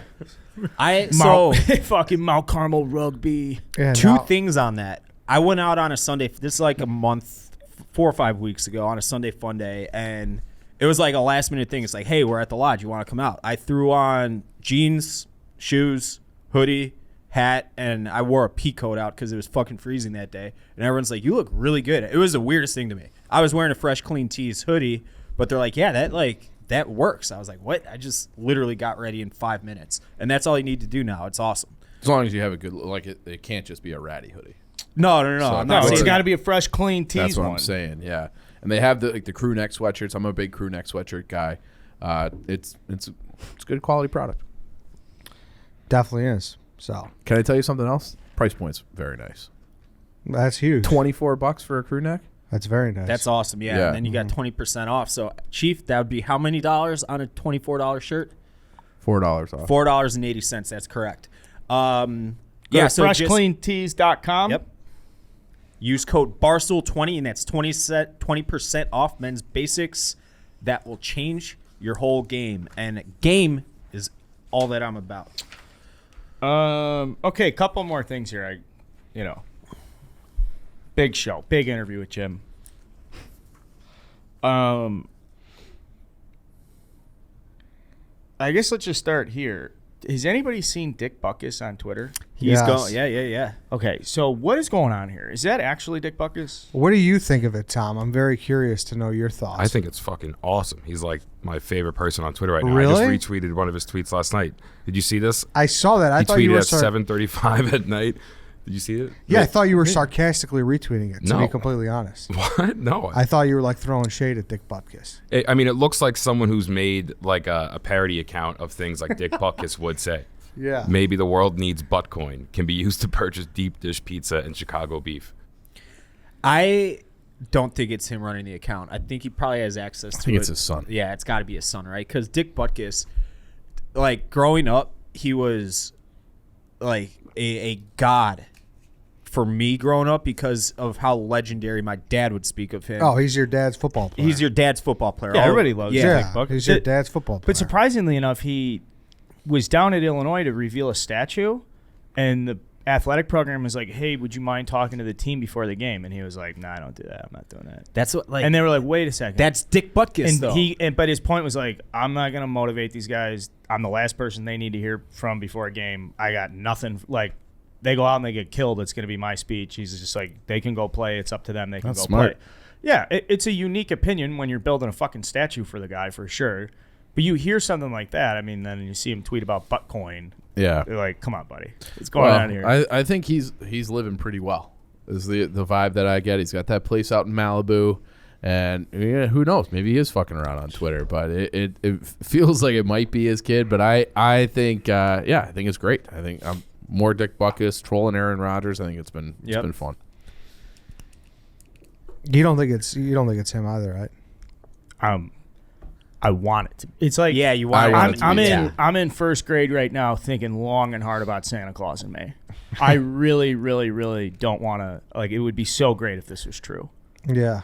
but Good. It's not. There's no way. The Dick Butkus that I grew up hearing about as some like deity in football and Chicago legend and Illinois legend, like he's not fucking around on Twitter. But That's he not- did. yeah. I don't think that's true though. Like, he did Not how I vision him. But he's been on sitcoms and stuff. Like, I guess that's true. That's so. true. Like it wouldn't Yeah. necessarily be like so out of character to do other things. Are the fellas pussies if they have Twitters, Dave? This is how I will put it to Well, answer your question. I would say that the Dick Butkus that I know very, very little about personally wouldn't like Twitter. And he would think that our generation is a bunch of pussies for using Twitter. That's why I don't think it's him, because like he's just so fucking old school. Like the vision I have of him, I should say. Like he might not be. He might have kept up with the vision times. you have of him But the is a vision key of Dick Butkus that I have would be like, these fucking pussies in the year 2022 sit on their computers playing video games. Get outside and crack some fucking skulls in 7-on-7 and learn how to play football. You think like Dick how we Butkus play. is approves of 7-on-7? Like I'm flag football. Like no, For sure, you're fucking not. You're not playing. I know. You're playing backyard football. Obviously, it's tackle I football. know. But like that's the Dick Butkus that I picture in my head. Just saying, fuck all this internet shit. Like, go out and play football. Yeah. Or baseball or whatever. Get outside. Get off the internet. I'm just looking at who he follows. It's pretty funny. Who does he follow? Mark Giangreco. No, like a lot of people. I mean, the Barstool Illini account. Brandon Thorne. He just followed me the other day, and I was like, that can't be Dick Butkus. There's no way Dick Butkus was He didn't like, follow me back. That's fucked up. But you need to slide into his DMs. Yeah. His son did come into the office Yeah. one time, so nice guy, good guy. Yeah, not too long ago. Was he here 4 Character. or 5 months ago? It was in the summer, yeah. Yeah. I have a short list of stuff I do want to get through. Okay, next thing on this list. From one Hall of Fame to another potential one, did you see Mark Buehrle stays on the ballot, Dave? 5.8%. He might be one of those guys that hangs around the ballot and then 6-7 years. This is 3rd year on the ballot, I believe. I believe it's his 3rd year on the ballot, and he might be one of those guys. If you look at his career numbers, like he's got, I think it's a 56 wins above replacement. There's guys, pitchers that have lower wins above. Like he has. I love Mark Buehrle. I'll say this. I love Mark Buehrle. I don't think he should be enshrined as a baseball immortal. Should be enshrined in the Hall of Really Good. He was fucking awesome for 15 years. World Series ring, closing games drunk. He's a legend for the White Sox. Deserves the statue. Not a Hall of Famer, in my opinion. But if you look at his numbers, you can cherry pick enough where it's like, okay, he's got a case. If he got in, great. Awesome. More White Sox in the Hall of Fame, the better to me, but not a Hall of Famer, in my opinion. I think most White Sox fans would agree. If he does get to the Hall of Fame, how rock hard will he be? I would love it. I know the Hall of Fame is a hot topic right now because of what we'll get to with Bonds and Clemens and all that, but I would go out to Cooperstown for that. I would love to go to Cooperstown for an induction ceremony. You'd be There's like a lawn, right? Like you could go on. Oh yeah, it's all on a lawn. It's all. You need to be in the dingiest White Sox cutoff on an ATV for that. I would wear that would be tie-dye shirt I bought on content. eBay like 10 years ago. Yes, on an ATV. That's got holes in it and shit. Why an ATV? Because didn't that what Jerry Reinsdorf gave to him? I'm pretty sure that, remember, because he sold the Jordan Bell contract for I forget what it was, and everyone's like, oh, he bought Buehrle and ATV in it. I think that was his retirement gift. I didn't know that. I'm pretty sure. I feel like Buehrle loves that ATV. Yeah. Like he's definitely an ATV guy. He's just a hillbilly from Missouri. Bigger hillbilly, him or Crady? That'd be a bloodbath in like a octagon for a hillbilly off. They're both hillbillies. The winner gets a lifetime sponsorship from Roman Products, Ed. That's good. Yeah, he did. So the White Sox presented Mark Buehrle with an ATV, a Toyota Tundra, and a baseball from his most famous defensive play while retiring, his number 56, sorry. Number 56, yeah. I mean, he's a legend in the Sox. He's a legend in the city. Big for time. Sure, yeah. All those guys on that team were, because they were like, I wish social media were around during those years because like people fucking love Mark Buehrle. Love him. Like he's up there with Frank Thomas and Ozzie Guillen as like all-time loved players. Not quite on those two guys' levels, but he's right there. And I can see him hanging out at like Orland Park bars and like mini malls, dude, as opposed to being on Division Street or being out in like Viagra Triangle. Like I feel like Mark Buehrle was a man of the suburban lifestyle. He grew up like a true diehard Cardinals fan. Like he still goes to the games and they'll just show him on Cardinals broadcast just chilling in the stands. Like he's a diehard Cardinals fan and a White Sox fan, obviously, because of all the success he had with them. But he's just like his normal fucking. He's probably out sitting in a deer stand right now. Season's over. Maybe he doesn't have rules to follow. He seems like a guy who follows the rules. But the main topic of debate among Hall of Fame right now. What? I had something else about Mark Buehrle, but I forgot it. Saved a World Series game drunk. You and him, my favorite thing, got the same beard. I say this all, do we? Yeah, you have a Mark Buehrle. People used to tell me I look exactly like him back when I was Skinny Dave. Chuck Nassau, just his dad only went to Buehrle games, so he could be on the Dan Ryan in an hour and 20 minutes. Yeah. That's the best. Catch 16 starts a year at home, and dude, that fucking guy. There was one game I was at. He threw a complete game. He gave up one run. It wasn't a shutout. An hour and 35 minutes. Yeah, it was against the Cubs. Actually, I'm pretty sure. I think it was against the Cubs. Hour and 35 minutes in and out. Like you don't see guys like him anymore. He did it completely atypical. Even then, like that's when fastballs start becoming big and the junk ballers were kind of being weeded out of the game a little bit. And he did it his way. He was awesome career, and I do hope he gets in. I just don't think he will, and don't think he should probably. But if he does, great. But you guys want to talk about Bonds, Clemens? Take the wheel. It's such a fucking joke, man. I can't get pissed because I don't care. Like if Bonds and Clemens aren't in the Hall of Fame, like I stop caring about the Hall of Fame, and it's not the Hall of Fame's fault because it's not the Hall of Fame that's voting. It's the writers, the whole year, the now sanctimonious baseball writers that we all fucking despise. But it's like it's a museum that details the history of the sport, and you're neglecting two of the major plot points in that sport's history. I don't understand it. It doesn't make sense to me. And then obviously Ortiz juiced. I don't care about failed tests or false positives or any of that. He definitely juiced. And we've talked about this since the start of Red Line Radio for 5 years now, 6 years now, whatever it's been.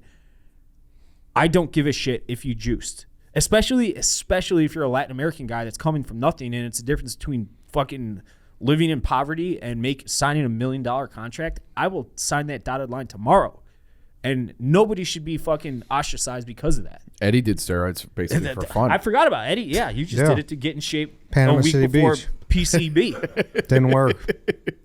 Like needle in the ass steroids, right? Yeah. Had a buddy do it in his kitchen, right? Yeah, my Polish buddy. How much did you pay for those? Ooh, I don't remember. I mean, I was in college, so they couldn't have been like crazy expensive, but a couple $100 for sure. Yeah. That sounds about right. Just needle in the asshole. I love that. But Not whole. No, cheek. just in the Cheek. cheek. I know. Dave. It's not legal. All right, Eddie, spread those. Yeah. Yeah. you didn't get down and just like No, not all fours. No. backroom casting couch. No, Just no. bend over That's at how the you waist, shower, Nat. Spread your Yes. cheeks. Not like that, David. I don't get on all fours. I get on my back. I thought you were in fetal position. This is a take that's been coming for years. You're right, Dave. Like, no one should be surprised by anything we have to say. Rocket's statement on it was awesome. It was just like, hey, I was out to make money for my family, change generations. I was doing it for myself. I was doing it for the people that cared about me, and I want to say thank you for everybody who supported me along the way. Basically, this isn't news to anybody. I knew this was going to happen, so I'm glad we can finally put this behind me and start looking forward again. Signed, Rocket. Yeah. Awesome. I think if you're one of these people that is like, I'm just not voting for anybody who cheated, I can get on board with that, like, mentally. I don't agree, but, like, if that's a line that you're drawing and that's your vote, fine. You can't vote for Ortiz and not vote for Barry Bonds. And other guys are in the Hall of Fame already anyways. Pudge Rodriguez. Fucking Bud Selig, who oversaw baseball during the whole thing. You know? Baseball's in trouble, bro. I think this is worse than fucking how everyone bitches all the time about Mike Trout's marketability. I think this is like way more embarrassing than that. Yeah. It is. How the fuck do you not have the best player of all time? He's the best player I've ever seen. Fucking insane. He'll be up for vote in December, apparently, next December. So I saw this. So he didn't get in through the writers, and so maybe that's the punishment for him, is like, you don't get elected traditionally, so now he's going to go to some committee along with Clemens. And he'll get in like Baines did. Possibly, but they say that's harder than the writers. But 87% of baseball writers that were admitted to the Baseball Writers Association of America within the last 5 years voted for Bonds and Clemens. Okay, so like that is something too, where it's just I don't understand why. There's probably a time when it was appropriate for the writers to be voting because it was hard to watch. Basically, not everybody was going to the games every day. Not everybody had a TV. Not everybody had access to it. They probably saw more baseball than anybody. That is just not the case anymore. Everybody can watch every single game if they want to. Mm-hmm. There's highlights of every game, because they probably put that rule in like way before cable or ESPN or anything. Now, like, everybody probably knows more about baseball. Like, the two guys sitting next to me know way more about baseball than anybody covering baseball in the city. They don't have any degree or like, they don't write for the Trib. Like, that should not matter what your publication is for voting. So what I'm with you on this 100%. The big differentiator then that these guys lean on is what? I don't know. Access. All right. So, Ortiz was good to me. You made a great point. Oh, Ortiz is a good guy. So, like, that's honestly where they're now, because they know, hey, dude, these guys on Fangraphs are fucking. If I'm a baseball, if I'm in this union and I'm a beat writer and covering them, like, you can hear the footsteps. You know what's knocking on your door, that there's all these smarter, better people out there on the internet. For sure, yeah. So that's why a lot of this now, I feel like, comes back to storytelling, following the team. The way David Ortiz brought them together in the locker room. There's no statistic that captures his leadership. Yeah, and look at it. I mean, there is, but that's just bullshit. It's lame, isn't it? Such bullshit, especially for baseball. That is like kind of life though, where like so much of life is just like, I don't fucking like that guy. And that, I feel like I ran into that a lot with like different, say before this job. But like with sports, especially baseball, which is so numbers driven, how do you just deny? You could not get Barry Bonds out for like a stretch of 4 years. You couldn't get him out. So it's like, how do you not vote for that guy? And then you turn around and vote for Ortiz. And I mean, I saw a stat yesterday. The difference between Barry and I only say this. I use all these advanced stats as like a reference. Like if a player has a 5-WAR year, like Yohan Moncada, he had almost a 5-WAR year. Chances are that player had a good year. Now, a lot more goes into a player than just his wins above replacement. But the difference between Barry Bonds' wins above replacement and David Ortiz's wins above replacement is Alex Rodriguez's career wins above replacement. That's how much more dominant Barry Bonds was than David Ortiz. And David Ortiz, I think, should be in the Hall of Fame. But if he's in the Hall of Fame, how in the fuck are these guys not? Was he first ballot? Yeah, Ortiz. Yeah, he was first ballot. And I think got there, 83%. There's an element of that because of the postseason heroics, which Bonds did not have. But it's just like you have to put Bonds in. Fucking 7 MVPs. He was the best player on the planet for 7 years. He could have won 10. Didn't he get? Yeah, so he was doing that from the writers too, all while being the biggest prick in the league. But didn't he get walked with like intentionally walked with bases loaded multiple times? It's just Buck Showalter did it. It's like crazy. One of the best baseball managers they won that game, ever. by the way. Showalter did The game when they intentionally walked and they won. Oh, so it worked. So, it didn't come back and bite them. Yeah, but still, it's just like now we'll just here you go. We'll give you a 1 instead of 4. Exactly. Stupid. And 4 was coming. Yeah, that's like that was so when he broke the record. That was in 2001, correct? Yeah, 73 bombs. Yeah. That was still the internet was in its infancy. I would go to the fucking just like I did in '98 with the home run chase. I'd go to the fucking gas station down the street. I'd get the newspaper, and I'd look up Barry Bonds. What did Barry Bonds do last night? I mean, we don't have guys like that anymore. That's when Baseball Tonight was at its peak for me. Dude, I couldn't fucking turn it off. Yeah, Carl Ravitch. And, all those Pete guys. It was just Gammons awesome. And all these fucking losers that didn't vote him in made careers off of covering him. Yeah. Made careers off of it. It's like, oh, he cheated. He had a Hall of Fame career prior to ever sticking a needle in his asshole like I did. It is bananas that it's even a point of debate. Mm-hmm. But I do think that it's much easier to unify 30 owners. And I don't know really what goes into the owners vote or the what it's the committee. What's the committee called? Like the history committee or something. It's like the owners vote guys in, just like Baines got in. The owners committee. It's like those guys are going to vote them in. 30 owners.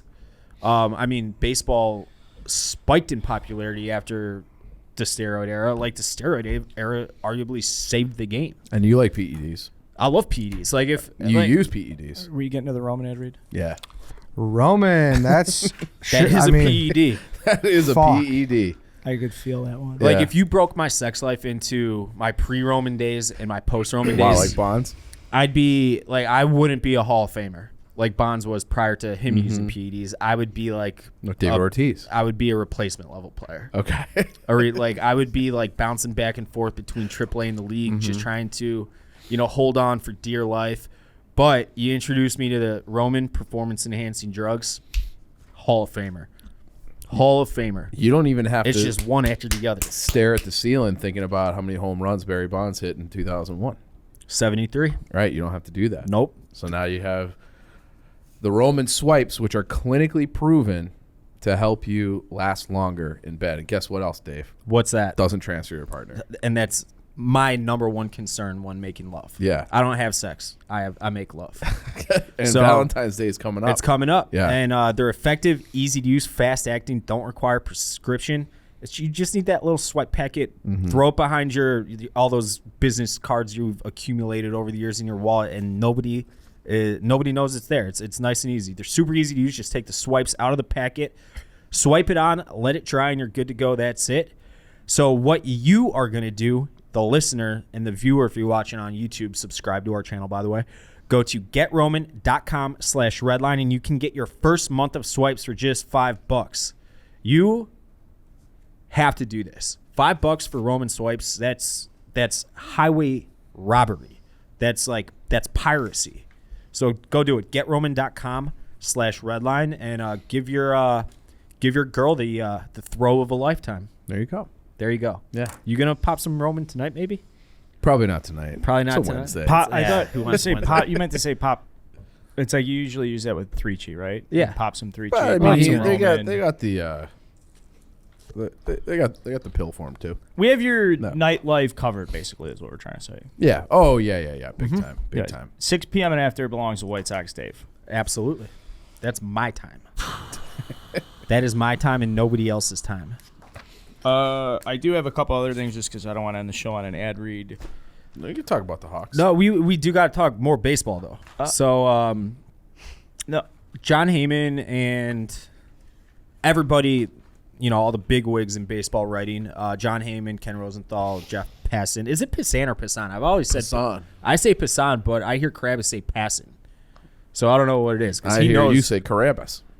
Carabas? Carabas. What is it? I don't know. Carabas. Is it Carabas? I don't know. I thought it was Carabas. Anyways, we're going to have a full 162. I wouldn't be surprised if it's January 26th, typically baseball pitchers, catchers report anywhere from the 10th to the 15th of February. So that's about 3 weeks from now. I wouldn't be surprised if they shave a week off. Me personally, as much as I love spring training, as much as I love seeing the weather get better throughout spring training, summer's around the corner, summertime shine, all that, you don't need 7 weeks of spring training. If there's 4 weeks of spring training, the pitchers, obviously they're going to take it upon themselves to build themselves up to 100 pitch, being able to throw 100 pitches in a game, all that shit. But we're good. We're going to have baseball. Lots of baseball. And the White Sox are going to win the World Series. That's all. Good. We're good. I would not want to work stoppage. It does seem, it'd be funny in a way.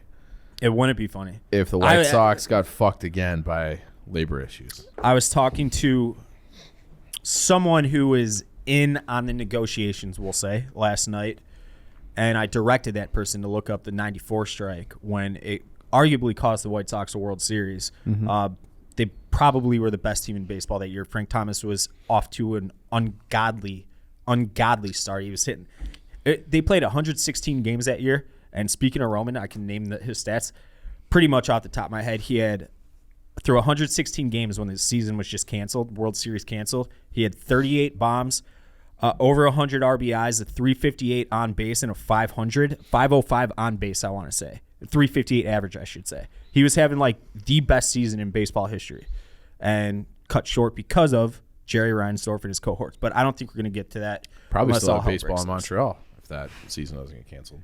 Perhaps, yeah. It was them, the Yankees, and the Expos that were these teams are fucking incredible. Mm-hmm. Alex Fernandez, Jack McDowell, all those guys. Yeah, we're good to go. We will be good to go. They're miles away, so. No, they're gonna hash it out in the next couple weeks. All right.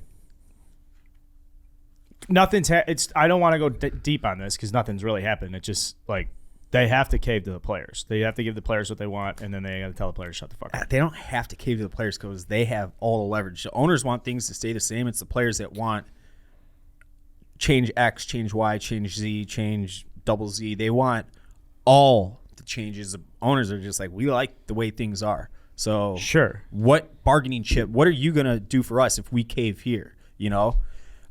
Simple negotiation 101, but they're going to come to an agreement. Baseball's not going to look radically different, maybe a little different. We're going to have a National League DH, which I think is great for the game because who wants to see fucking Kyle Hendricks hit or Lucas Giolito hit? Nobody. Sure. There should be some changes. My point is maybe we'll get it. I'll get into my takes more on the blog, and then we'll come back next week with more about why I think the owners really do just need to bend over and play nice and pat the players on the belly and move on. Okay. Looking forward to it. We can talk about that next week because they're now they didn't meet all of December. They didn't meet most of January. They're starting to meet a lot now, though, right? Exactly, yeah. Right. So we'll know a lot more in the next week or so, I would say. And I think it's fair. I would rather save because I'm emotional. I have emotions about it, but they're not very well rationed, organized thoughts. So I'll come back with good, emotional, organized, rational thoughts about that. And obviously, for me personally, that's my favorite part of the show. This is my favorite. That's my favorite time of the show is when we just get lost in these ridiculous baseball. That's our bread and butter. Yeah, it feels good to do that. I see. We'll talk Blackhawks. I was very interested in another thing though. What's up? I love when you and Dave argue and Cons is involved, and a sock Cons drawer is is a just fucking so loser. simple and stupid to me. And I Wait. saw you guys talking socks. Oh, Here, let me ask you a question, Chief. I know this is not going to be on camera. Is there anything wrong with this? I mean they're mismatching socks. Same length, both with gray toes. One's just Fruit of the Loom, one's Under Armour. What's wrong with that? My personal opinion, Yeah, nothing. nothing. But Cons is like, oh my God, this kid's not an adult. Grow the fuck up. Cons is like a pocket square, matches tie, He's- matches socks, matches belt guy in a shirt. You know why, that's, right? You know, looks like a creamsicle. I don't know what. It's because he's very insecure. I don't know. He's an well enough insecure to know that. loser who has no confidence. Like, I'll walk around with 2 different socks on. I won't wear like a white Clothes tube don't sock. make the man, right? No, not at all. Yeah. He's a Not good at all. man, Dave. Cons is a deadbeat. No, I'm joking. I do love Cons. Cons is my guy. But I love to give him shit. Yeah. Well, it's a great rivalry. I think He's it's an a understated reply rivalry. guy. He is hellbent on letting the world know how prim and proper he is when I don't give a shit if I'm wearing 2 different socks. Yeah. Like I said, I won't wear like a white tube sock in a black ankle sock. They'll be the same length and same color. But I'll if do it's- that on the weekend at home. I won't. I I'll won't just do that. reach for whatever. My feet are cold. I'll reach into the sock box, grab a couple, throw them on. I don't hate it. I think socks That's are one not of those how I things operate, but I that you don't hate have it. to, and you have to like a switch can flip, and then you start to pay attention to socks more. But Well, sometimes that's it the thing. doesn't. Like it I happened love with me. socks. I love socks. I'm gonna show if you're watching on YouTube. So these socks here cost like $20 a pair, and I go to this. They're like Fox River socks or something, and I get them because my feet get so fucking cold during the winter months, and I'm so particular about socks because when my feet are cold, I get in a bad mood, and then all I'm thinking about is my feet. Well, So I've gone through enough years wearing like Oxfords or something in business casual and suits where you're like, man, my feet are fucking cold. If I ever got to work a job where it didn't matter what you wear, I'm going to wear the fucking biggest, warmest socks in the wintertime. okay, so currently I can't advertise these enough. They're great socks. You got the Get it Barstool up there. Chicago socks Chief's on. flexible. Chief's by far the most flexible in the room. You can by do the the way. fucking splits, which is wild. Did you know that, I Tom? can't do the splits. You What? can come close to doing the splits. Close. Chief's like creepily flexible. I can't. Get in the I'd be middle like and do this. the splits. YouTube. YouTube. Subscribe to our YouTube page. Go in the Now I front. have to take the shoes off. But I think I'll do it. But this whole conversation really started, the sock conversation, was last week. I said if I won the lottery, one of the first things I would do is order 365 pairs of new socks. I would have a new, fresh pair of socks every single day. Because once you wear them once, they're never the same. I have a That friend. is true. That's That's a the good point. truest fucking thing on earth. Yeah. I have a friend who said something similar, but he said if he won the lottery, he would have someone put his socks on for him. That's weird. Very. All right, Chief is now getting up. He is moving to the center of the studio. He's gonna perform this. done this since we did the dance. Yeah, that's, And this is that's where it yeah. was revealed that Chief has such great flexibility. Is oh my god! Jesus. Dave, You get in- came closer last time too. You were like, Well, I was 3 years younger. right. I used to be able to touch my nose to my toe, or my nose to my toe, my nose to my knee, like Igor doing can't the do that. sit and reach. But now I'm too fat. I can't get around my stomach. But I All right, could Dave, never get on even- all fours right now. I could never even come close to doing the splits. Not even like I was less than 45 degrees, like this. But I could the other way, like touching toes. I could do that, no problem. Can Darling split? Obviously, right? You definitely used to be able to. Yeah. Yeah. He had to, like that's a requirement. for him, I feel like. Scott, like I don't want to pump his tires, especially when Fuck him. because fuck him. He's like a sneaky, unbelievable athlete. Like he's big. I remember you saying that like prior to me really knowing him, like when he was playing like goalie, we'd be watching Like him at good Declan's hand-eye or whatever. coordination. Obviously, good hand-eye explosive, coordination, but explosive. Like there were twitchy. I love that word. Yes, and like there are Oh, a it's lot the of best word you can use to describe an athlete. That guy's got twitch. there's a lot of guys who are 6'6", and a lot there's a lot of big goalies. There's not very many people who can move in the crease like Scott. Like He moves like he was a when gymnast. that like 15 to 17, like he was the backup, but then Crawford kept getting hurt. He was one of the best goalies in the league. Oh yeah. Like he oh, was. Yeah. I think people like forget how awesome he was. Fuck him, but he does not get enough credit for being like. I remember that RA stretch being like fucking. And I only take my like every ounce of my hockey knowledge, and I'm using air quotes, comes through you. Mm-hmm. And I remember you and you should RA know more then. getting into an argument. Like Corey Crawford was awesome for the Blackhawks. Yeah, awesome. Nobody did like multiple Stanley. I was about to say World Series rings, multiple Stanley Cups. I remember RA's like Scott Darling's better, and I mean, I mean to even have that argument, even if it's wrong or you disagree, that says something in and of itself. Scott wouldn't say that, like he's a pretty soft-spoken guy. No, but he is like very confident too. Yeah. Like if he thought he was better, then he would say so. He wasn't. But like Crawford, people always shit on him because he had that one bad game in the Stanley Cup Finals against the Bruins. Right. I remember it. Which they won. They won 6-5, and he was not good, but he was. Like people always like, oh, he sucks because it was like the first hockey game they watched ever, and he gave up 5. But he was a great goalie. He was a great goalie. Yeah. But like I said, to even have an argument like, oh, that guy's better, that says a lot about Scott Darling. Yeah, no, it definitely does. Yeah, he was at his peak. He was one of the best guys in the whole league. He was fun to watch, and now he's our little unpaid intern. Yeah. Yeah, Scott Darling. So, where's he been? I haven't seen him in a minute. He was in New Orleans for a bit. I saw him. Man, he's retired. Yeah. He's living a pretty good life these days. Did he get that ranch for me? He did not. I fell through. I know. I was very upset about that. We got outbid, but yeah. So I don't know. It's. I mean, he's a great goalie. He's a great goalie. I don't know if he can do the splits as well as me, but at this point. But he used to be able to do them. I did say this last time he was in here, like a week ago. I'm not gonna lie, like that did actually hurt. Are you all right? Yeah, like I just tried to like adjust myself in the chair. I was like, oh shit. We got workers. Creaky, cracky. We got workers comp, right? A company like ours have to have workers comp. All the stupid shit that we do. Yeah. You know what? But it'd be funny, like the case, like why can't you do your job? It's like, well, I did the splits. Like, well, what do you do? It's like I blog. I might have to do the splits again. Like, sometimes I have to get up from this chair. At the start of quarantine, this is in 2020, I went down a rabbit hole of chiropractor videos on the internet for some reason, and these videos have millions of views. It wasn't just like obscure videos, and for some reason, it's like it's. You went down a rabbit hole of hot girls getting their it back wasn't real. even. It wasn't even then. It started with like world's largest football player gets his back cracked, like largest crack ever, like clickbaity headlines. Mm-hmm. And for some reason, it's oddly satisfying hearing someone's like neck or back get cracked. So I looked it up, and I did have, this was like March 15th of 2020. I had my first ever chiropractor scheduled, and it's covered by insurance. I would have had to pay, I think, a $25 copay or whatever. And all I wanted was a spinal, I think it's called a readjustment. I forget what the exact term was. And all they do is crack your back, and you just feel awesome after it. I was going to do that, but then the world shut down. Yeah, I never rescheduled it or anything. But you should do that if you're, a little sore from doing a split.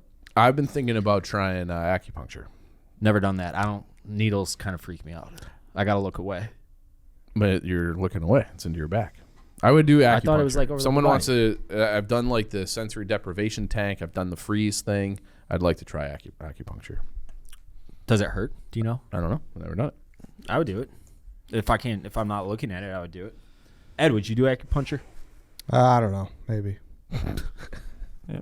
Sure. Can you do the splits? No. Can you try for us on camera? I could squat. All right. What about bench press? How much can you bench press? We gonna talk about Grayson Allen? It's on the list. I know. It's very much on the list.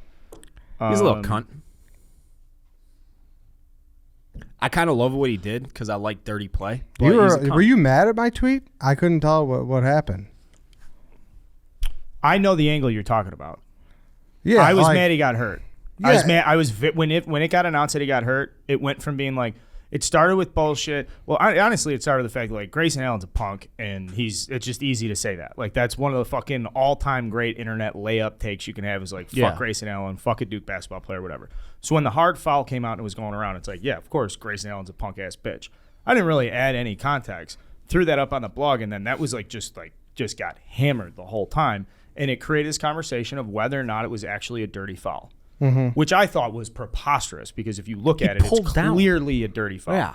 There's no – now, are there worse fouls? Yeah, there's worse fouls. But the comments that, oh, well, you don't know hard basketball. You've just seen basketball in the 80s and the fucking 90s. Dude, that was a hard foul. I don't give a fuck when basketball was invented and when you're playing. What Grayson Allen did is objectively a hard foul. And also, people commenting on this stuff 40 fucking years ago.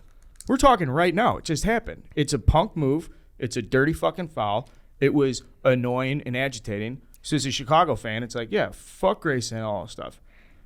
The Milwaukee Bucks responding to it, I get your angle. That's what I said. I mean, obviously, I don't like him getting hurt. So when you respond saying, yeah, it's awesome when he showed the injury, I was like, oh, that makes no sense. But I didn't send that to you. I didn't comment on your once I saw that he got hurt, I was like, fuck. Yeah, and I also said it before I knew he broke his wrist. I think I missed your tweet, so why don't you? So essentially, it was the Bucks tweeted. They just like said, "Oh, see you tonight, like game tonight," and they used a picture of Grayson Allen. Yeah, and like everyone was freaking out. It was good morning. Like people are saying, "Oh, not bad. This is not good. Like really, like bad take, like bad look." And then I was like, there was a faction of us that was like, oh, I kind of love this. I loved it. Them doubling down and they actually want to go toe to toe. Like let's do it. Like, this is we need a rival. Bad boys. They can be our '90s Knicks. That's what I said. I said this is bad boys. This is LeBron, Heat, and Cavs. I was like, let's do it. And then Carl commented back. He said it's awesome with the he said it's awesome with the quote tweet of the injury, but that came out like 45 minutes later. As soon as Woj the notification, I got Woj and Baum notifications on. One of very few people I do because his notifications are outstanding. Yep. And when the notification, because it like literally happened, as soon as I saw it, I was like, boom, this is going right on Ed's timeline. It's awesome. I was not at the point where I was enjoying the rivalry or whatever. I was mad. I woke up mad at the Milwaukee Bucks. I woke up mad at Grayson Allen. I didn't like that they were like. The reason you like it is because of people like mine's reaction, where I was like, fired up, feeling like I'm on the front lines, like fuck you, Milwaukee, you guys can suck my fucking dick. So it is kind of like a back and forth. When he hurt his wrist, and if you pay attention to the Bulls, they're two completely different fucking teams with Caruso. Yeah, he's unbelievable. Like he makes them, whatever the numbers are on it, it's fucking incredible. Yeah, epitome of a glue guy. As we're coming into the stretch, and it's like, all right, you know what, we would like to be the first, second seed in the Eastern Conference, and Alex Caruso is going to get us there. And it's like, okay, so why is Caruso out 6 to 8 weeks? Because of fucking Grayson Allen. Because of Grayson Allen's punk-ass fucking smirky, stupid Duke face. Mm-hmm. Hating people is like one of the best things in the world, though. Yeah, it exactly. is like there's nothing better than hating. It takes being a sports fan to like a level that you can't get there. Even if you're just winning all the time, it's better when you're winning and you stomp on your rival on the way there. Just fucking slit their throats. It's the absolute best. Like my favorite time as a Hawks fan was when they had it. Like it was the best rivalry in sports for 3 years. It was Hawks and Canucks. Like you knew like you were gonna have like they genuinely hated each other. The fans genuinely hated each other. There were gonna be a brawl. It was fucking awesome. And I feel like that like it just adds a layer of that. The Bulls don't really have that, and now they do. And it just like now it's like okay I want that playoff series. Like I want that playoff series in a way that I did not necessarily care who they played before. Now I want to go through Milwaukee. Big neutral there though is Giannis, and Giannis will not take it. Giannis will not take this anywhere. He'll backpedal it. Yeah, that game March 4th when they come to Chicago, he'll be so lovable to the media and be like, "Oh no, it's fine." And the worst part about it, like how Isaiah Thomas owned it for the Pistons. Like they don't have that. Yeah. They don't. So it's going to be very hard to actually I wish he wouldn't have deleted the tweet. But they should have tripled down on the fucking tweet. I can get to a place where I hate Giannis. I know I can. I don't That's know, tough, dude. I know I can do that. I've hated people for less for years. Have you actually consumed any of his? Have you heard him talk? Oh anything? yeah, all the and the whole thing after they won the Chick-fil-A, the drive-thru. He is awesome. I know if that series goes 7, I will have no problem hating him. I will enjoy it. It will happen. He like compliments his opposition. Great. I that would bother me, and it already does. I don't want you to compliment me. Fuck you. So I will be able to get to it. I'm not there necessarily yet. You know what? I know suck. a playoff series. I'm sorry, guys, and I'm so sorry. About what? Okay, I had this realization that we haven't even talked about the fact the Packers lost. Oh yeah. Because do you believe in the Grayson Allen curse? Oh, I didn't connect the two. I never even really. I know they're both in Wisconsin, but like, it's just like a weird thing. Like I don't consider they wouldn't be there in Green Bay if it weren't for the collective bargaining. Yeah. Like there's no fucking market in Green Bay. They'd be in Milwaukee. Yeah. But whatever. Is what it is. But I fucking loved it. I loved everything. Oh about yeah, it was great. The fucking two blocked kicks, field goal and a punt. Robbie Gold, baby. Robbie Gold. Fuck the Packers, man. Fuck the Packers. Dude, every time Jimmy G does something sweet like that, he's got so many tweets that pop up in White Sox Twitter. Like, he hates the Cubs. He's like me. Like, he fucking hates the Cubs. I guarantee you that fucking Cusack video got to him. He's like, that's my guy. See, like, that's so much more relatable to me than Giannis, like, loving everybody. I'm like, no, give me the guy who hates people. Exactly. Like, I love hating. I love hate. But yeah, it was Rodgers played like fucking asshole. I love seeing that, and he's gone. That to me is just like the perfect football game, though. Like it's cold, you can see their breath. It's snowing, it's ugly. It's just a fucking war every series. It was like World War I, trying to get like 10 yards. It's fucking awesome. It was great. It was great. It was a trench warfare. It was a great classic. Great uniforms, classic team, snow coming down. I was just cold like, as fuck. It was awesome. And then it ended in the best way possible. So it was great. And Rodgers is probably I think that's the first time anybody's made a favorable comparison to trench warfare of World War I, Chief. So yeah, and we wouldn't have it from anybody else. It went on forever. It was a great war. Eddie, did I leave anything out for you? I'm sorry. No, I don't think so. I know you wanted to talk Grayson Allen. No, I was not mad. I wasn't. I was, you know what I was? I was like, all right, Ed, come on. He's dead. But that was before I knew that, though. We share in this. We're as Jim Graziano would say, go get his fucking spices, guys. TasteRealChicago.com. As Jim Graziano would say, one hand washes the other. You and I are together in on the steak, just at different levels, I suppose. Yep. They needed to leave the tweet up and triple down. Subscribe to the YouTube page. Go listen to the 100 Dog Walk Snake Draft. And congratulations to Chief, first All-Star appearance. Oh, yeah. That's fucking cool. Yeah. An All-Star trivia. So that'll be fun. I don't know what we're doing with that. But yeah, first overall pick in the All-Star draft, too. You were? Apparently. That's what Nick said. But I just like that picture because I think my hair looks great in it. If I'm being honest, like that headshot picture that they took. When we went out for that was like the that was, I don't know how that happened, but I'm just like, oh, is that awesome? The one they always use for us? Yeah, I love that picture. Yeah, because I'm just sitting there like a fucking idiot. You have your mustache and like kind of a half grin on your face. Grin, yes. Yeah, and you're just sitting there doing your lean in and your little frat swoop. It's like a perfect picture. Well, that was like the birthplace of your expressionless pictures too. Like you've I done don't know that. It was. I think it was, man. Where did it really start? Well, probably some drunk picture. I think that was the first one, and then Smokeout was the one that it took off, and then they made you miniature for hunting. Oh no, it was definitely the Smokeout. But that picture was before Smokeout. Speaking of which, the Windy City Smokeout announced Turnpike Troubadours. Willie Nelson. So I got a music podcast that I'm doing. Go subscribe to that, please. It's called On the Guest List. I do it with Kenny Carkeet of AWOL Nation, then Foxtrot and the Get Down, Colin Budney. Anyways, we've been trying to get the Turnpike Troubadours on, and they've been open to it, but they haven't even, like, the band hates each other, apparently. And they just won't. They're doing a new album this year. Yeah, they're back together now. Yeah. So I got to hit them up and be like, yo, look for promo. I'm friends with everyone, blah, blah, blah. Why don't you wait and just do it backstage? That's what I am going to absolutely be trying to set up. So yeah. Turnpike Troubadours, if you haven't heard them, like you and I got a lot of similar taste in music. I'm not a country fan, but like, well, we have great taste in music, right, Tom? Yeah. Tom wants to listen to fucking Slipknot on car rides. Can't do that. Time and place for them. But go listen to Turnpike Troubadours. Awesome band. Yeah, they're great. It's like twangy bluegrass country-ish. Cut really good. my life into pieces. It's Papa Roach. Papa Roaches. They just came out with a new album. Bad look for a guy trying to deny Slipknot right now. I don't even know where that came from. Usually your go-to joke is like EDM. I don't listen to Slipknot. No. Sounds like a Slipknot guy. All gas. And they were fucking no good. breaks. And DJ, play that shit.